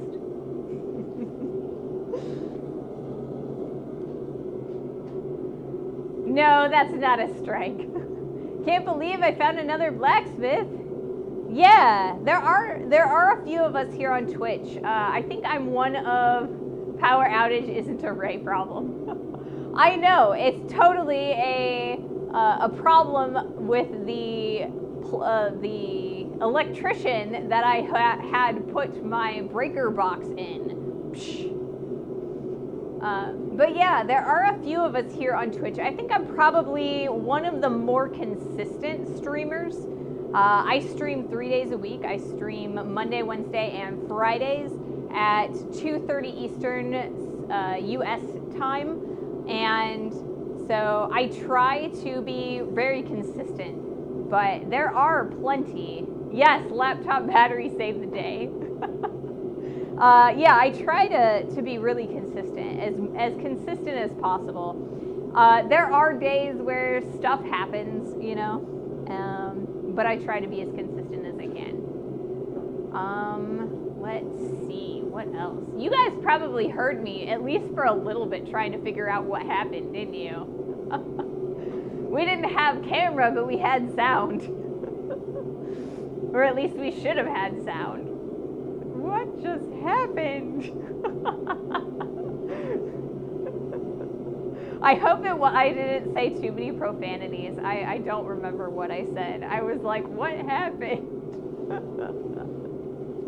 I get that. My schedule is more random than my sleeping schedule. I feel like there are a lot of blacksmiths that, like, you know, especially hobbyists, that, you know, we blacksmith when we can, and that is, nope, it was G-rated. Good, I'm glad. But yeah, it's like you blacksmith when you can, when you've got the opportunity, you know. Life gets in the way sometimes, but once you get out to the shop, you know, it's always better. It's always better. No cursing, just chaos.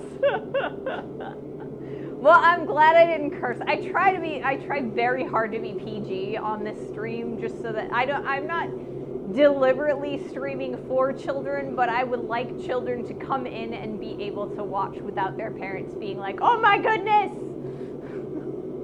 I usually just forget to start the stream. Yeah. That's, you know, that's also a thing, you know?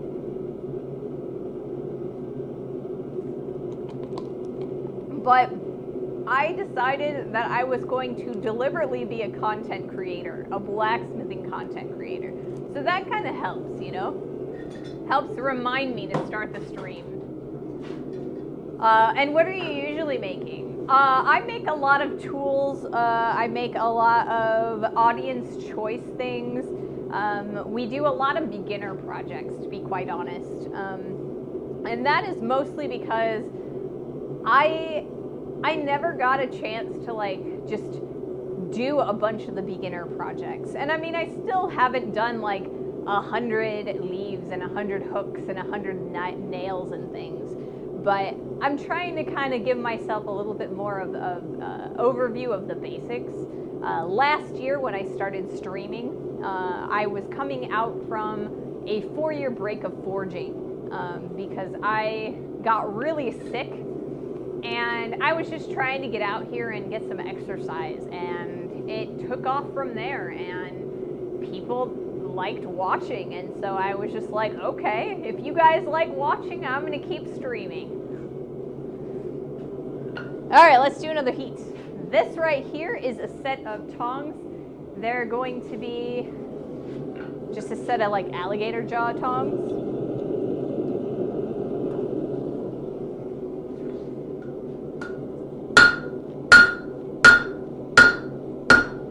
I'm currently working on the reins. We're doing this by hand because we were having a lot of issues with our power earlier. I started this project on the press, but you know, when the circuit tripped, I was just like, maybe I'll let it be for a little bit.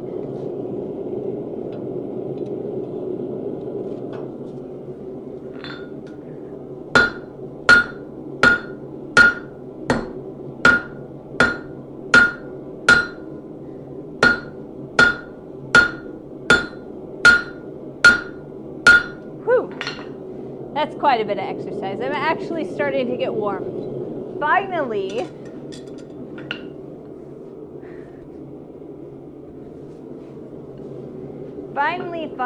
I feel like that's what happens though. About 2 hours into the stream, I'm like, maybe I should take off my outer layer. Nice, yeah, the breaks are evil. Took a year-long break and felt like I had both my left hands. Got back into it pretty quick though. Yeah, I feel like I'm better now than I ever was before I took my break. But you'll often hear me say that I'm still rusty. Because, you know, it's a good excuse, right? But yeah, if I were to really think about it and assess my ability now to my ability back before I took my break, I am much better at forging now than I ever was then. Now, I did a lot more fabrication back then as well, and most of my projects were a lot bigger back then. But, you know, doing the small scale, like beginner stuff has really, really helped. I'm sorry, my English is going to be trash and broken. Ain't my native language. That's fine. You know, as long as I understand what you're saying, that's fine, you know?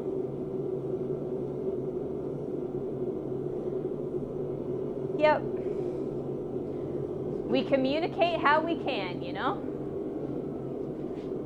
And when things get misinterpreted, we just ask and, you know, try and clarify. All right, I'm gonna grab another Gatorade from the hallway out there. Do you make any flowers or any other artsy stuff? We have made a rose here on stream. Occasionally I will do some more artsy stuff. Ooh, we're gonna get a different-y blue than the previous blue. This is the frost blue. So yeah, there's a flower that's like all the way on that side of the wall. I don't think you can see it, maybe you can. And I've made a few other things. We made the smithy sign, that was kind of artsy. We made a bird feeder hanger once. Recently we made jingle bells. I'll be making more jingle bells here in a few days. Not on stream probably, but I do have to make some Christmas presents. I just don't have the hard drive space to stream every day this week, but I do need to make some more bells. Hey Lexi, welcome to the stream. You were so totally right about that punch being way too wide. It ripped the side of the hammer. So we are now making some tongs, and we will try again with the hammer later. Welcome, welcome. All right, let's do another heat.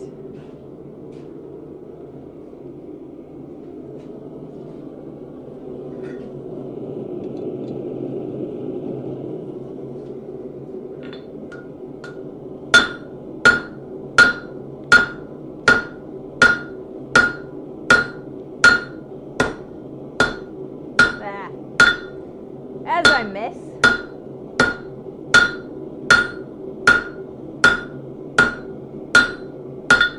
That's not too bad. We're getting a bit of length there. I think our next heat, we're going to spend a little bit of time flattening that out. I also want to kind of thin out that end and bring the taper back this direction.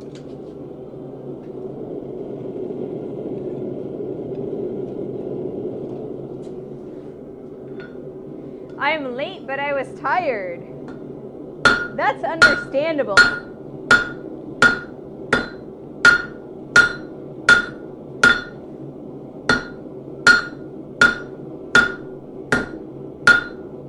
If I were you, I'd be catching my stream in VOD form on YouTube.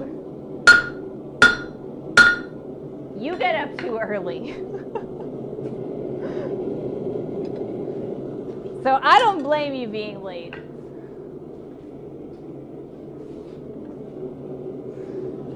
I do not blame you for being late. Like I said, I would be super late.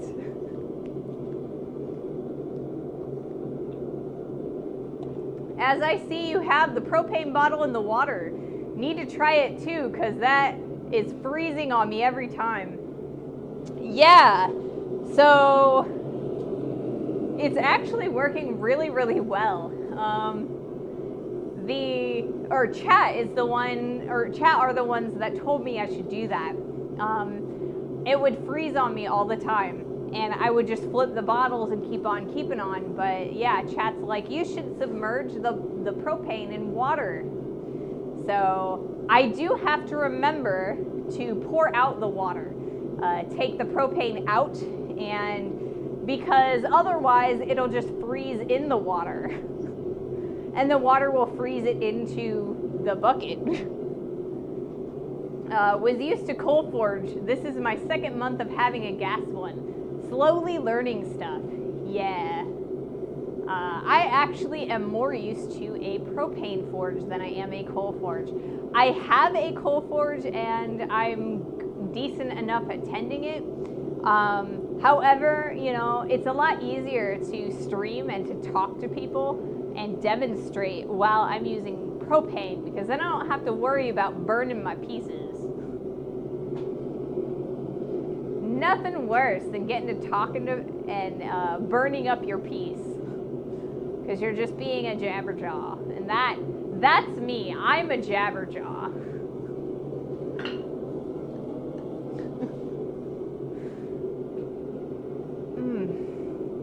All right, so I think I'm gonna do 2 more heats, just because I am getting a little bit on the tired side.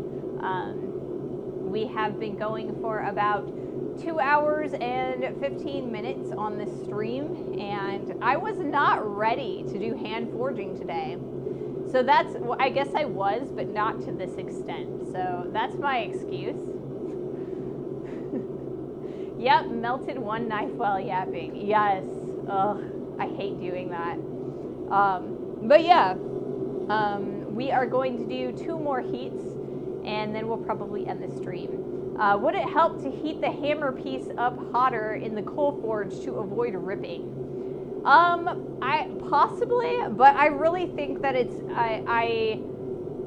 because the punch was so big.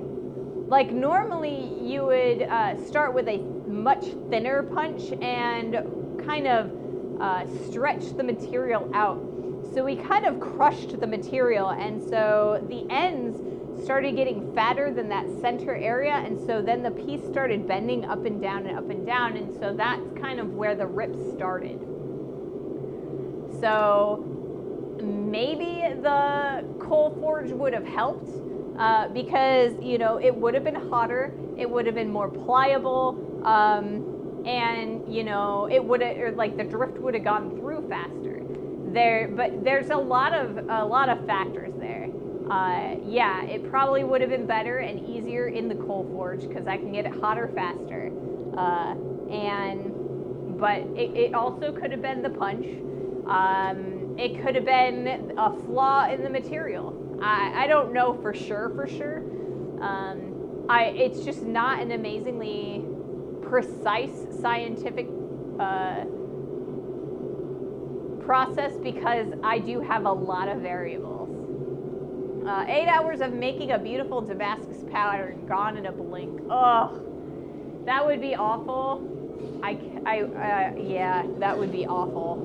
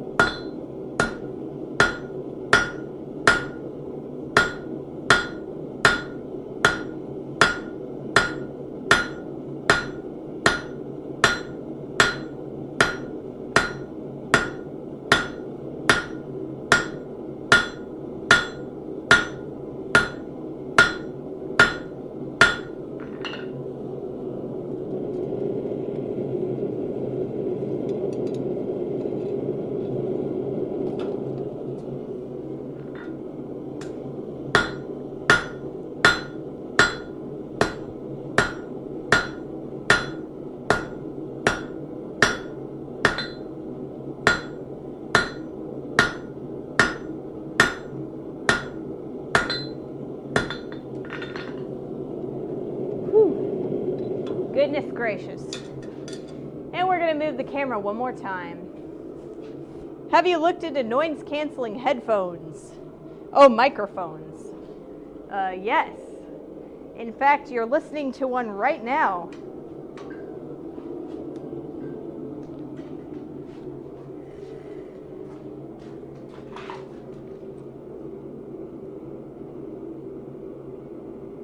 Yeah, I have a noise suppression filter already on right now.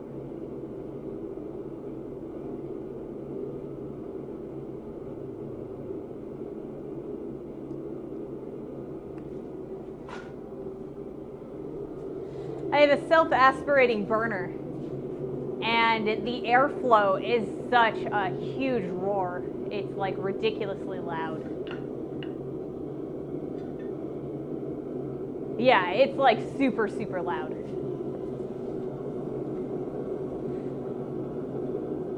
Unless it failed me. Sometimes it fails me. Oh, it completely failed. Apparently I'm not even recording right now. Okay, maybe that's better. I hope that's better. I don't know what happened, but unfortunately, the sound canceling came off, or turned off. So maybe that happened. Mahalo told me that the microphone turned off temporarily, or like it glitched out. So that might have happened then. Yeah, now it works. Background noise went back some. Okay. So that's what happened. I turned on the noise suppression earlier and it glitched off for whatever reason. It probably had something to do with everything that happened with the power when the power turned off earlier, because I was kind of messing around. The microphone has a tendency when it can't talk to when the transmitter can't talk to the receiver, it turns itself off, and that's probably what happened. The Bluetooth wasn't talking correctly, and it glitched out. So I apologize. Oh, I forgot to hit that. Apologies, man. Such scuff today, guys. I'm so sorry.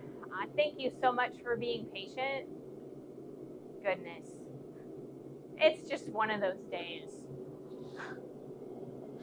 So yeah, I did turn on the noise suppression earlier. However, apparently it glitched out. What kind of mic do you have? And no need to apologize. Stuff happens. A friend of ours, Jack Pines, has a lav mic that is so weird it doesn't pick up the forge or hammer strikes. It seems to, so unnatural to only hear someone's voice in the shop, right? Ray's Law. Oh, you updated your settings? We'll see about that, right? Jeez Louise. Yeah, thanks for being patient with me today. It's been chaos here. Oh, goodness. So as far as mics, I have this guy right here. It is a Full Aim X5. It is a generic DJI knockoff. So my partner is a professional videographer, and my partner works for the local TV station. So they were looking at different equipment that might be useful, and so it's kind of the Harbor Freight rule, right? You buy a new tool from Harbor Freight because it's cheap, and then when you break it, or you decide you want a better version of it, then you buy something bigger and better and more expensive. So that the mics were the cheapest version of those types of mics, and they're at about their limit. So yeah, I would more recommend the DJI version of the Bluetooth mics. They're really good. You know, if you're looking for mics for your own stream. Nice, I got mine from Sheen. Works good, but the battery in the mic is small, around 2 hours. Yeah, these go for pretty long, actually. I think the longest I've had them on is 6 hours.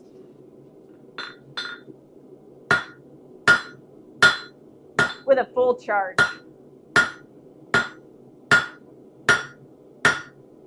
Now that doesn't mean I don't, I always have a full charge when I'm using them.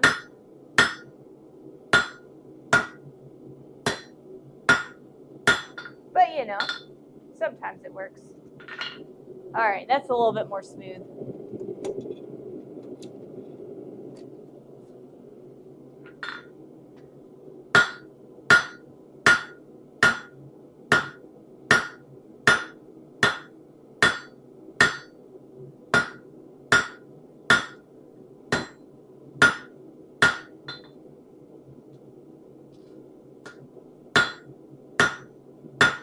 Alrighty.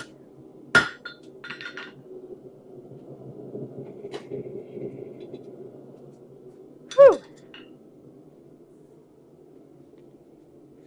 Yeah, at least they gave me 2 in the package, so I have a minimum of 4 hours. So you're doing a 6-hour stream sometime, you say? Actually, I'm not. Because I don't have enough time on my memory cards on the wide shot. I can only get up to 2 hours and 45 minutes of solid footage on my wide camera. Why do you stop whacking when it's still glowing hot? Because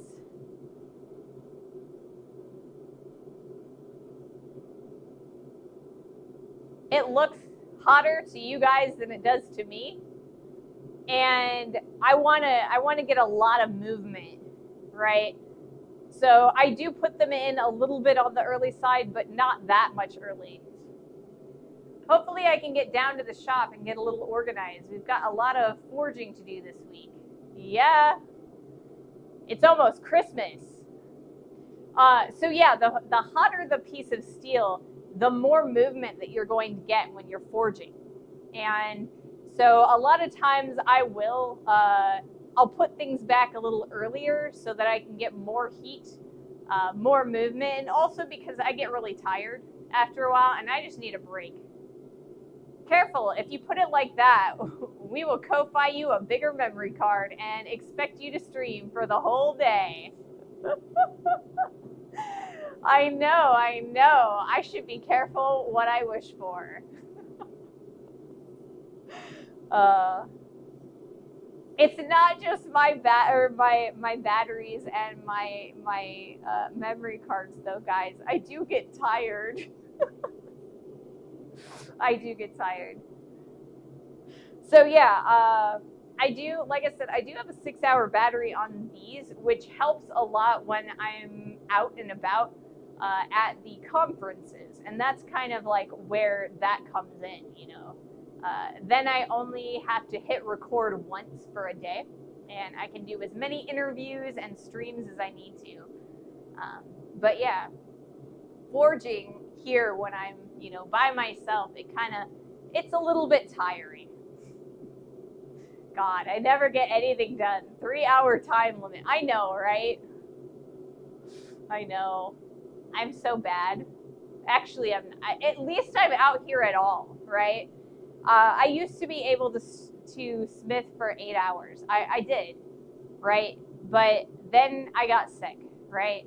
And as I keep doing this, I'm getting better and I'm getting better. You know, last year at this time, I could only smith for an hour. And you know what? That made me happy. And at least I was out here doing something at all, right? So now I'm up to like 3 hours where I can stream, you know, and I can forge, and I'm not too tired. Empress Freya has raided.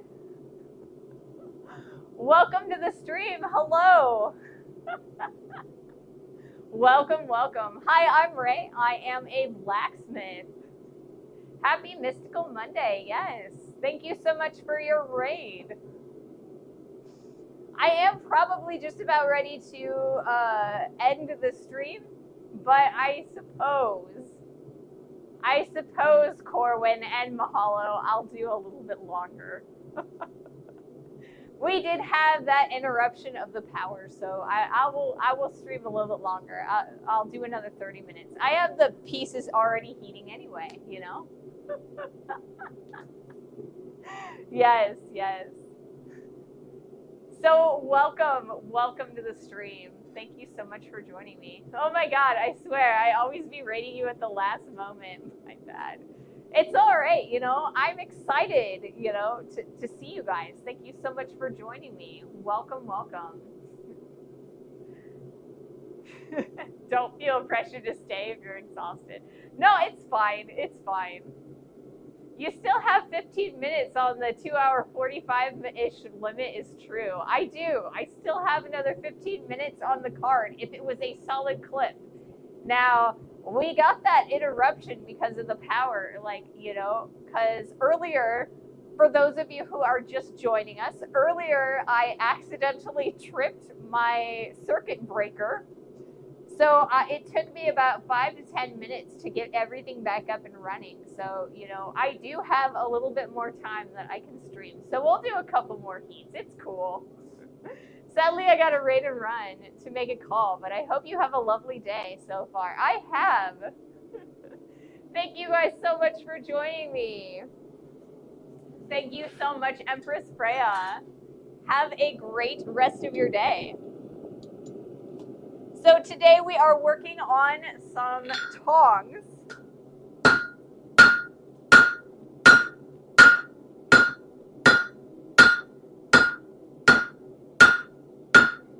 And right now we're working on the reins, which are the handles of the tongs.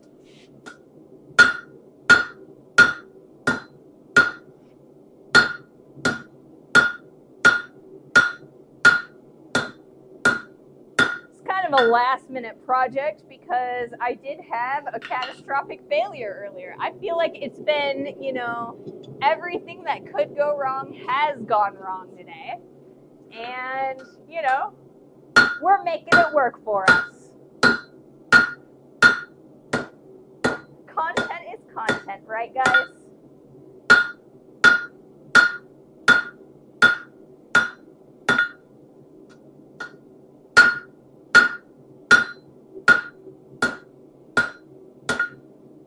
All right, let's straighten this up just a little.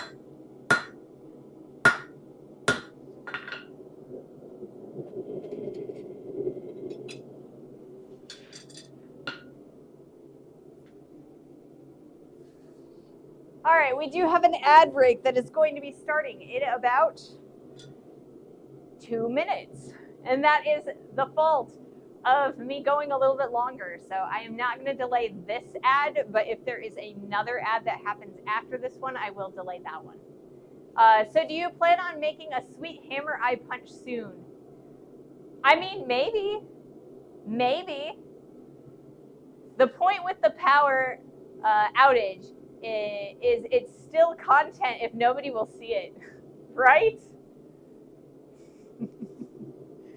You all didn't see it, but you heard it. I had a black screen that said OBS in the corner. Because my cameras are hooked up to a outlet so that I don't have to change batteries halfway through the stream. The batteries for the cameras that come with those two, they only last an hour and a half, I think. So to combat that, what I did was I got dummy batteries, and so they're plugged into an outlet, which is why the cameras went out when the power went out.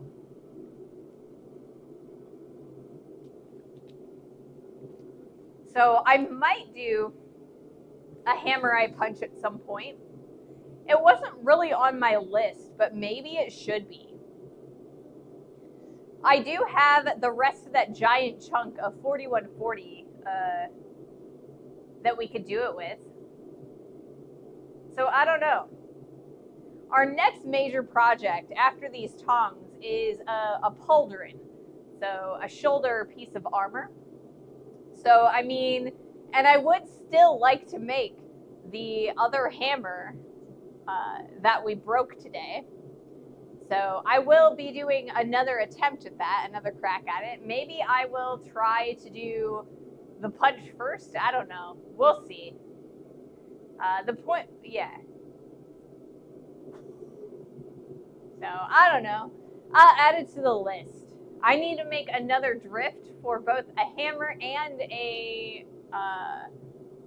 hammer and a axe, because neither one of those were big enough. Another crack in it, or another crack at it, but yes, I cracked it, so I got to take another crack at it. Oh, speaking of cracks, you can reforge the one you have quite easily. I will definitely reshape the one I have. Now I have an ad, so yeah. Ad time.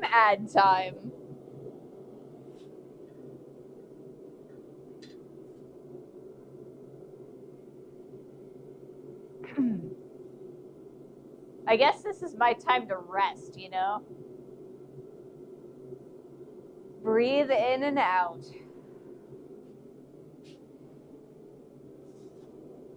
You know what, guys? Ping has this, like, item redemption, or I guess, like, what is it? He's got the breathe in, breathe out, channel redeem. I should steal that. You guys can remind me to breathe.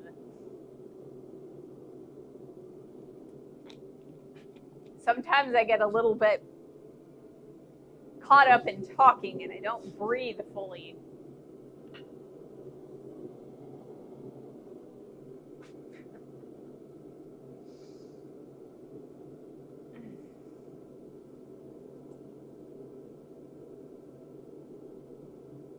So, is there any hope of smushing the crack together and welding it?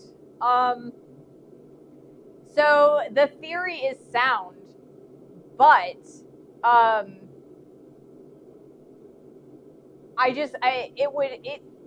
it would likely re-crack, if that makes sense, right? So any place that you put a weld, like if you put a machine weld in it, oftentimes the weld itself is stronger than the material on either side of it, and it has a tendency to crack. If I were to try to weld the crack that I had in this hammer together with a forge welding process, it's very likely that it would just rip open again. In the theory is sound, but the practice is video. Yes. The practice is, I probably am not a good enough smith to do that, to get it to function correctly.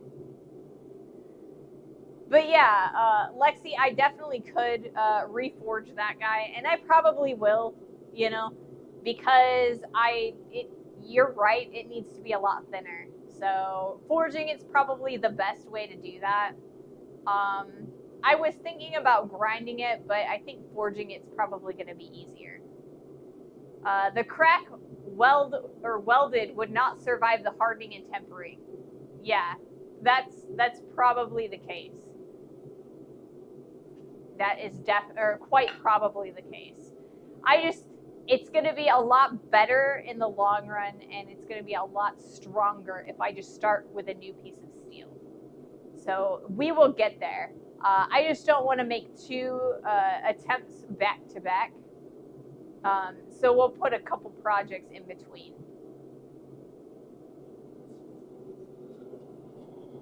Just to make things a little bit more entertaining. Let's do another heat.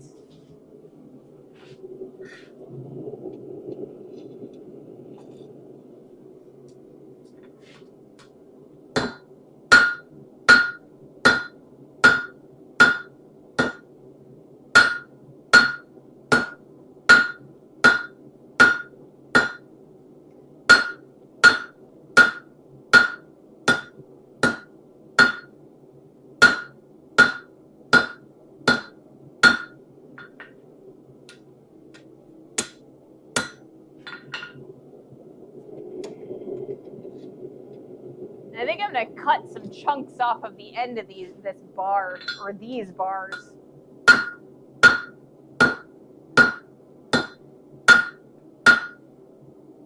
Before Wednesday's stream. Because they're really long at this point, and I don't think I need this long of tongs.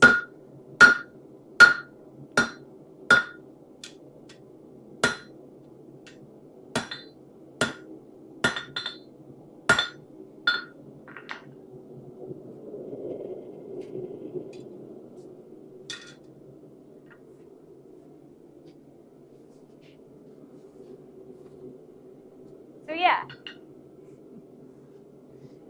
Let me check my cameras real fast. Just making sure I've got everything nice and tightened up for the last few minutes of the stream.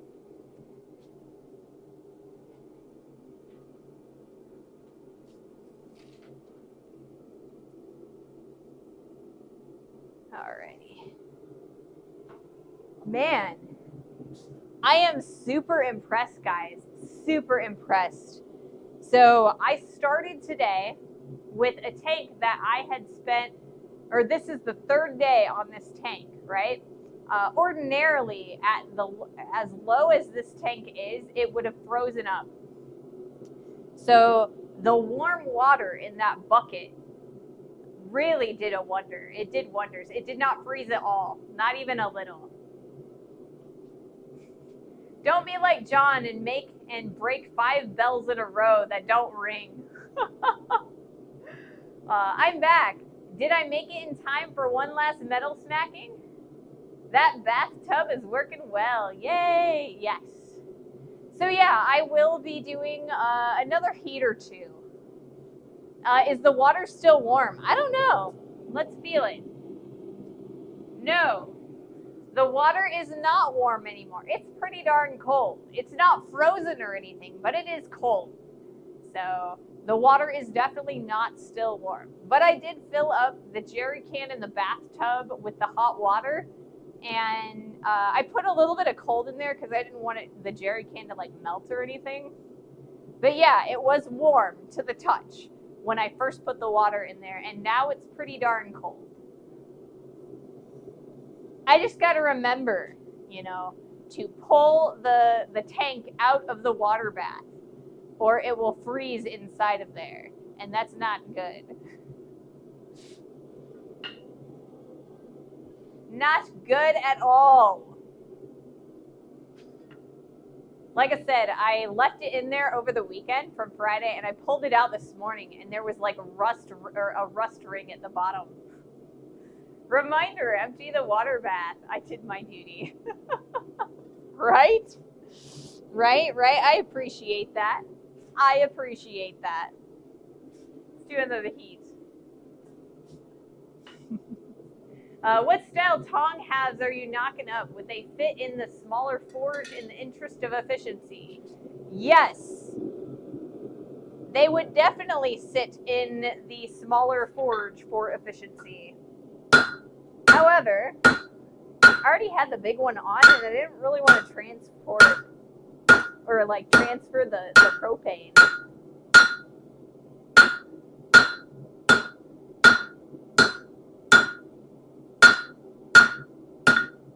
But on Wednesday, we will be using the smaller forge.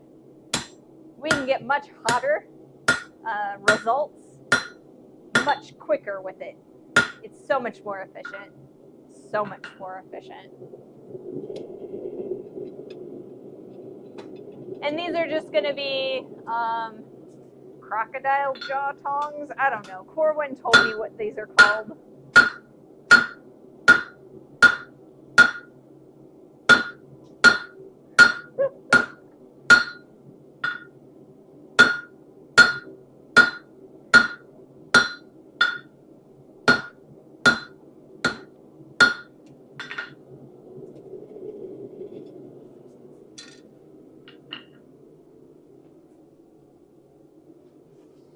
I have to chip the ice off the dog water every hour last few days, right?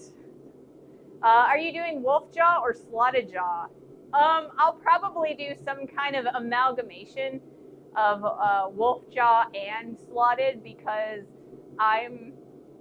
that's the kind of person I am. But yeah.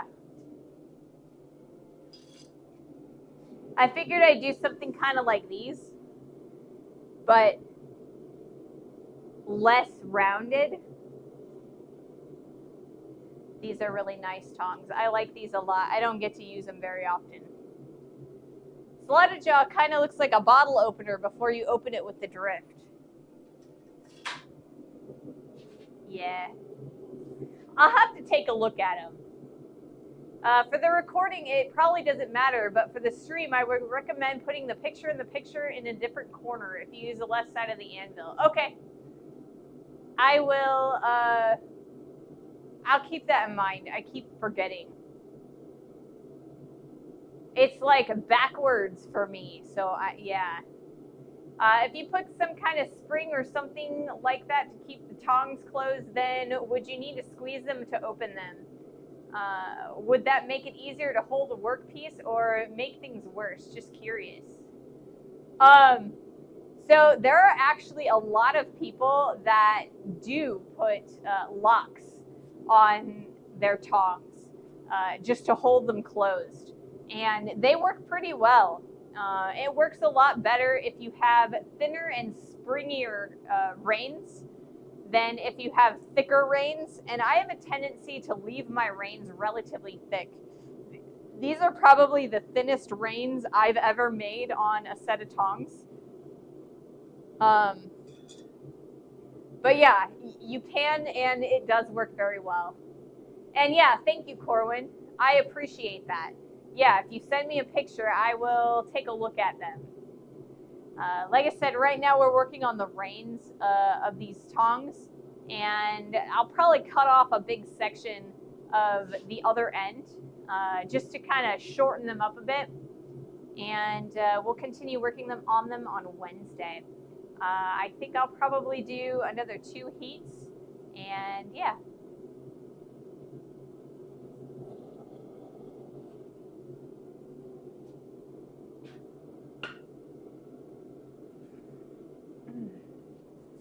Yeah, I'm sorry if I'm putting this on the wrong side.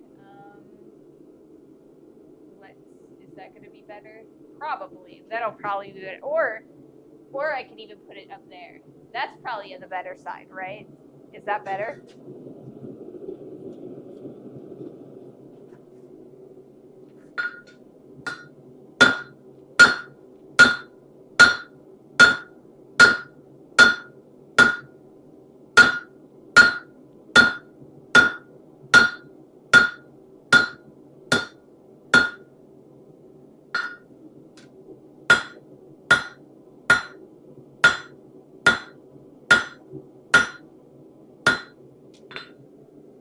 That's better, yeah. Okay, cool.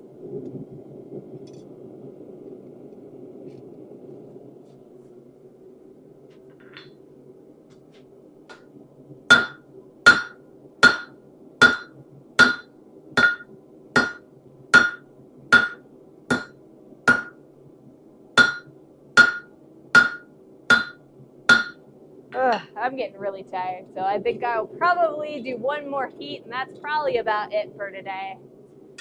All right.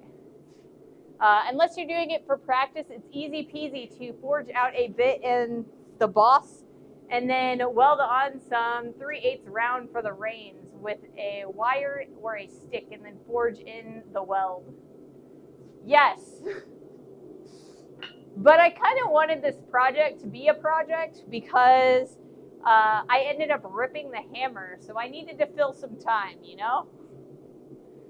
A very good view of both this way, indeed. Okay, cool. And while we are at it, I think the focus may be a bit close for far end of the anvil. Okay.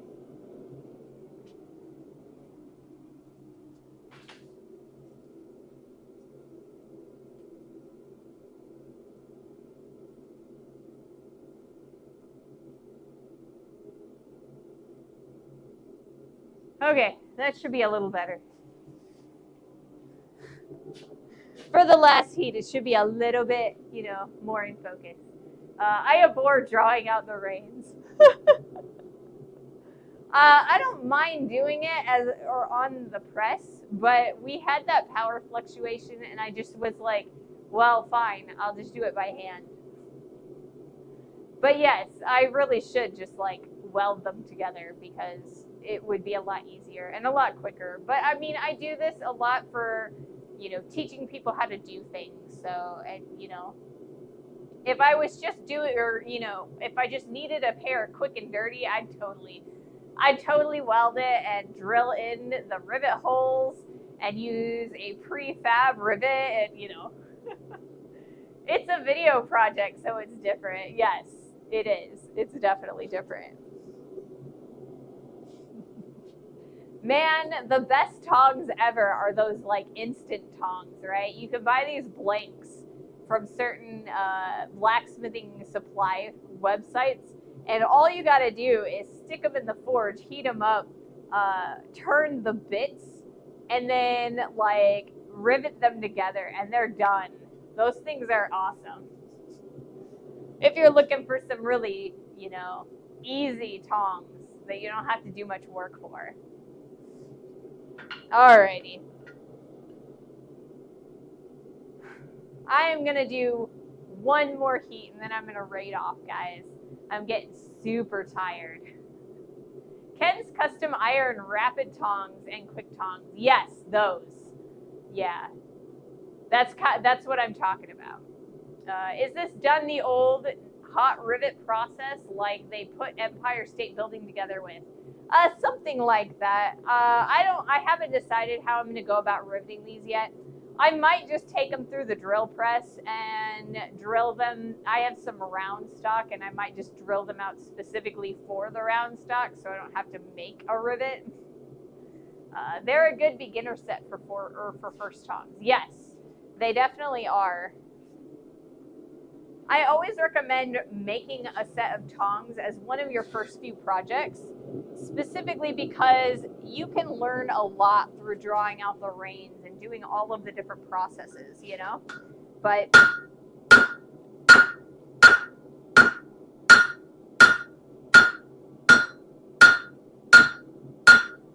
it's always easier to make a set of tongs when you have a set of tongs.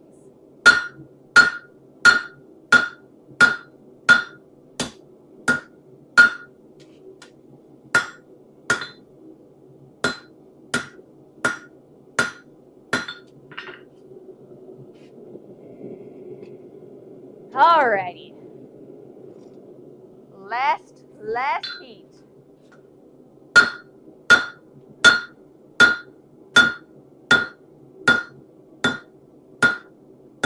Goodness gracious. Slowing down quite a bit. Alright, I think that's all I got in me today. Thank you guys so much for being patient with me today. It has been such a crazy day. To be fair, I rivet with a nut and bolt and peen down the hex heads into domed rivets. I mean, I've done that too. Don't you get into a which come first situation that way. If you don't have a set, what do you do to hold the set you're making? Long stock. Oh, so wrong corner again. I'm sorry. It's kind of a habit. I will try to be a little bit better about that.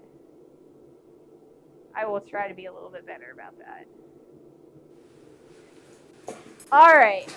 Thank you guys so much for joining me today. I will be back on Wednesday. Have a lovely rest of your day. Have a good night, Ray. Bye now. All right, let's see who is available to raid today.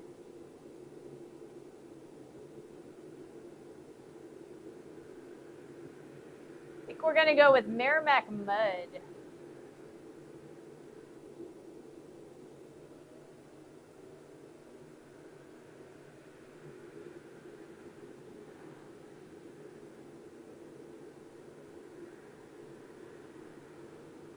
Oh, would you guys rather do J.K. Knudsen? We can do that.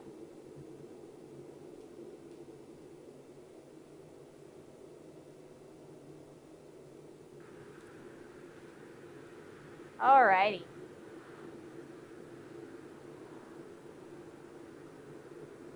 I have no fresh friends, just saw he was on. Yeah, we can go there. Thank you guys so much for joining me. Have a wonderful rest of your day, and I hope to see you guys on Wednesday with less scuff. Bye, guys.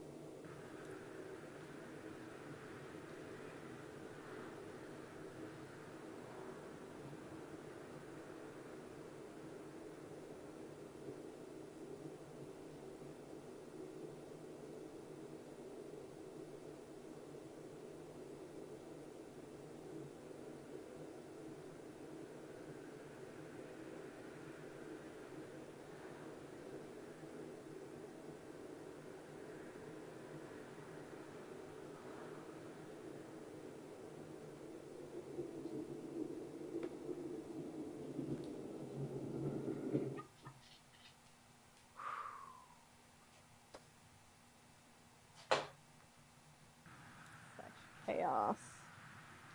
Oh my god.